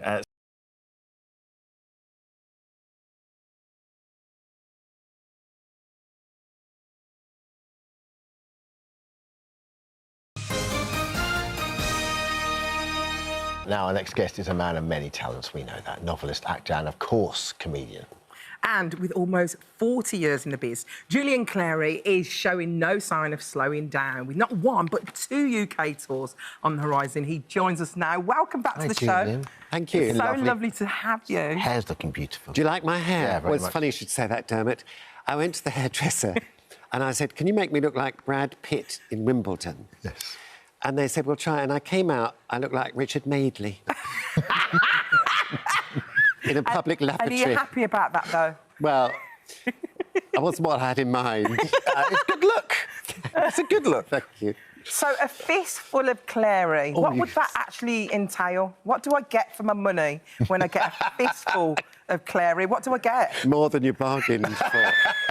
It's, well, the point of my shows is usually to get some heterosexual men on stage and give them a hard time and not humiliate them, but, you know, just have fun. It's the incongruity of it. So I'm always thinking of a new ruse. A fistful of Clary, I thought, aha, a Western theme. I can have a posse. I can slip into some chaps. I can be in the Hang 'em Low saloon and all of that. So that's the ruse of it. I love the titles of your tours. Always Go on, tickle give us the me. titles. So over the years, it's taken his Glittering Passage '93, The Lord of Mints '09, my favourite, which is 2012, Position Vacant, Apply Within. That's my first. I love that. Now it's a fistful of Clary. I mean, how long long does it take you to, like, write at all? Is this something that's ongoing? Do you carry a pen and I take do, it around with actually. you, do you? I'm always having little ideas and little And thoughts. it just comes to you? And so you write them down and then put it all together. And, yeah, it's funny. And then a lot of it's made up as well at the moment. On the spot. Well, Yeah. I've actually seen you in Panto. You were in Jack and the Beanstalk last year. It was at the Palladium. You said it's one master, of the isn't it? best Pantos I've... You steal the show every time. You just have these one-off lines. They're so, so funny. And you're doing it now. Well, I'm doing exactly the same Panto, but in Birmingham. I always says I wasn't going to do Panto again. I've done 12 Pantos, only if I was back in Birmingham. And so I've got the Hippodrome. It's where my mum took me to the theatre for the So nice, first time. such a nice They'll be so And if I could do it as half as, like, a quarter of as good as you. Have you got some good frocks to wear? I've only got the one outfit. Do you think I should ask for some more? What character are you? I'm the Mother Nature. Mother, no, I don't remember that in our production. Well, Dawn French. Wasn't Dawn French? No, she was Dame Trot. Oh, right, OK. Anyway, What's the panto? No, so it's Jack and the Beanstalk. I think I'm a fairy. Are you? Yeah, I think You're I'm an a fairy. ethereal I want to being. fly. I want to fly in. If you want to fly, you just tell them. But, I mean, you've done it before, but what tips would you give Yeah. Alison for... Well, that's why I asked about costumes, because when you get a bit tired, they do a lot of work for Do you. they? So I never come on in the same outfit twice. But if it's been decreed that you've only got one I costume, think you'll I've have got one. to work It's got to be harder. fabulous, though, hasn't it? Yeah, just smile and sound very brummy, and they'll... it. You'll be loved. OK, I'll do that. Ginny, when you do your comedy tours, do you do what a lot of comedians do, where you'll go to, like, small theatres and you'll try your material out, or do you sort of write it and then by the time you're good to go, you just go and you crack on with the tour? Start out fairly small, so that if it's a disaster, not so many people know. And so Horsham, we're starting this time. Then we build up to the London Palladium, which is where I'm doing my London dates. Would you ever do the tiny, like, on top of the pubs just to try out the material, you know, with the notebooks that you see some comedians 40 do? years of experience. It's what I was going to say, try it to out. do it. I don't like to get that close to the general public.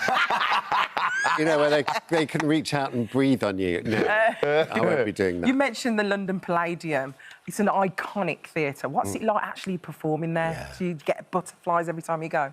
It's very thrilling, and it's one of those places where that never fades away. Something happens as you walk on stage at the London Palladium. I always think, I don't know what it is, I don't want to know what it is, but something magical happens. Yeah. And it kind of lifts you. I think you'll find the same at the Hippodrome. I can't wait. I'm so excited. I guess a lot of that is the panto, isn't it? You've been doing panto there for so long, and do you... Well, it suits me because, you know, it's quite an anarchic art form. Yeah. You can mess around and you can talk to the front row and I can be me. The plot is important and that good triumphs over evil, but it is a lot of nonsense along the way. I love your... you know, you're such a busy guy, and one of your mantras was from your mother, is that right? She always said, just say yes. My mother, yeah, she's watching now, actually. She remembered. She turned it on. Yes, it's a good philosophy of life, just say yes. So if ever you're offered something, like Jesus Christ Superstar, which I'm doing... Just say yes. Soon. I thought, well, I don't know about that. Then I phoned my mother. She said, well, just say yes. It's a fabulous show. And then it's that thing of being slightly out of your comfort zone, because it's a big, fabulous musical. Have you ever said yes and you just thought, why did I say yes? And they've all done it? Because I know you've done Celebrity Big Brother. No, that was another thing. Have you ever said yes and thought, I've made a mistake? No, you very rarely do. No, it's not just to do with shows. It's to do with, do you want to go out to a party? Dinner. I'll say yes, you know, because otherwise you're just sitting at home. You don't often regret saying yes. Hey, tell us a little bit about Jesus Christ Superstar. So, I mean, did you just get the call from Lloyd Webber? I mean, how did it work? I mean, you must be so excited. I am excited, especially because this production is an amazing production which I saw last year at the Barbican. And when Herod came on, I think there was Sam Buttery playing it there, I had this little twinge. I thought, oh, just maybe one day I could do that. And then when the phone call came, I did hum and ha, and I went to meet them and the musical director, and I had to go at my number. Yeah. And I said, I will quite understand if you don't think no. this is for me. But no, it's all going to happen. I think it's going to be incredible. Do you feel pressure, the fact that it's an Andrew Lloyd Webber show? Well, yes, you don't want to let anyone down, but I'm not trembling in my boots. In terms of how you approach it, are you going to be... Like, how do you play Herod? Do you play Herod? Can you be you playing Herod? Or... Well, I'm thinking a sort of mixture of Putin, Cleopatra and Christopher Higgins. At last! Yes. So you'll see all of those people. Someone's putting so those be very two mad, together. very imperious and quite camp. Yeah, that's Brilliant. But I'll wait direction. We haven't started. I haven't started rehearsing. Have you started Taskmaster yet? Because I know that. That's all done. Oh, is it all done? It's How all did it go? filmed. Did it go? Well, I'm sworn to secrecy, but it was great fun. It's a great show. Isn't And it? that goes out in the autumn. You are the busiest man in the world. You are the busiest man. Well, it's all nonsense. That's the thing. It's not like being a doctor or having to go and teach people. It's just camp comedy. You're not going to retire ever. Please say no. I don't think I will. Good. And as long as people want to come and see me, I'll keep going. Yes, please. We do want to keep seeing Always. you. Thank you, Julian. Julian Clary is a fistful of Clary. Tour starts next April. Tickets are on sale now, and best of luck as well with Jesus Christ Superstar. Thank you.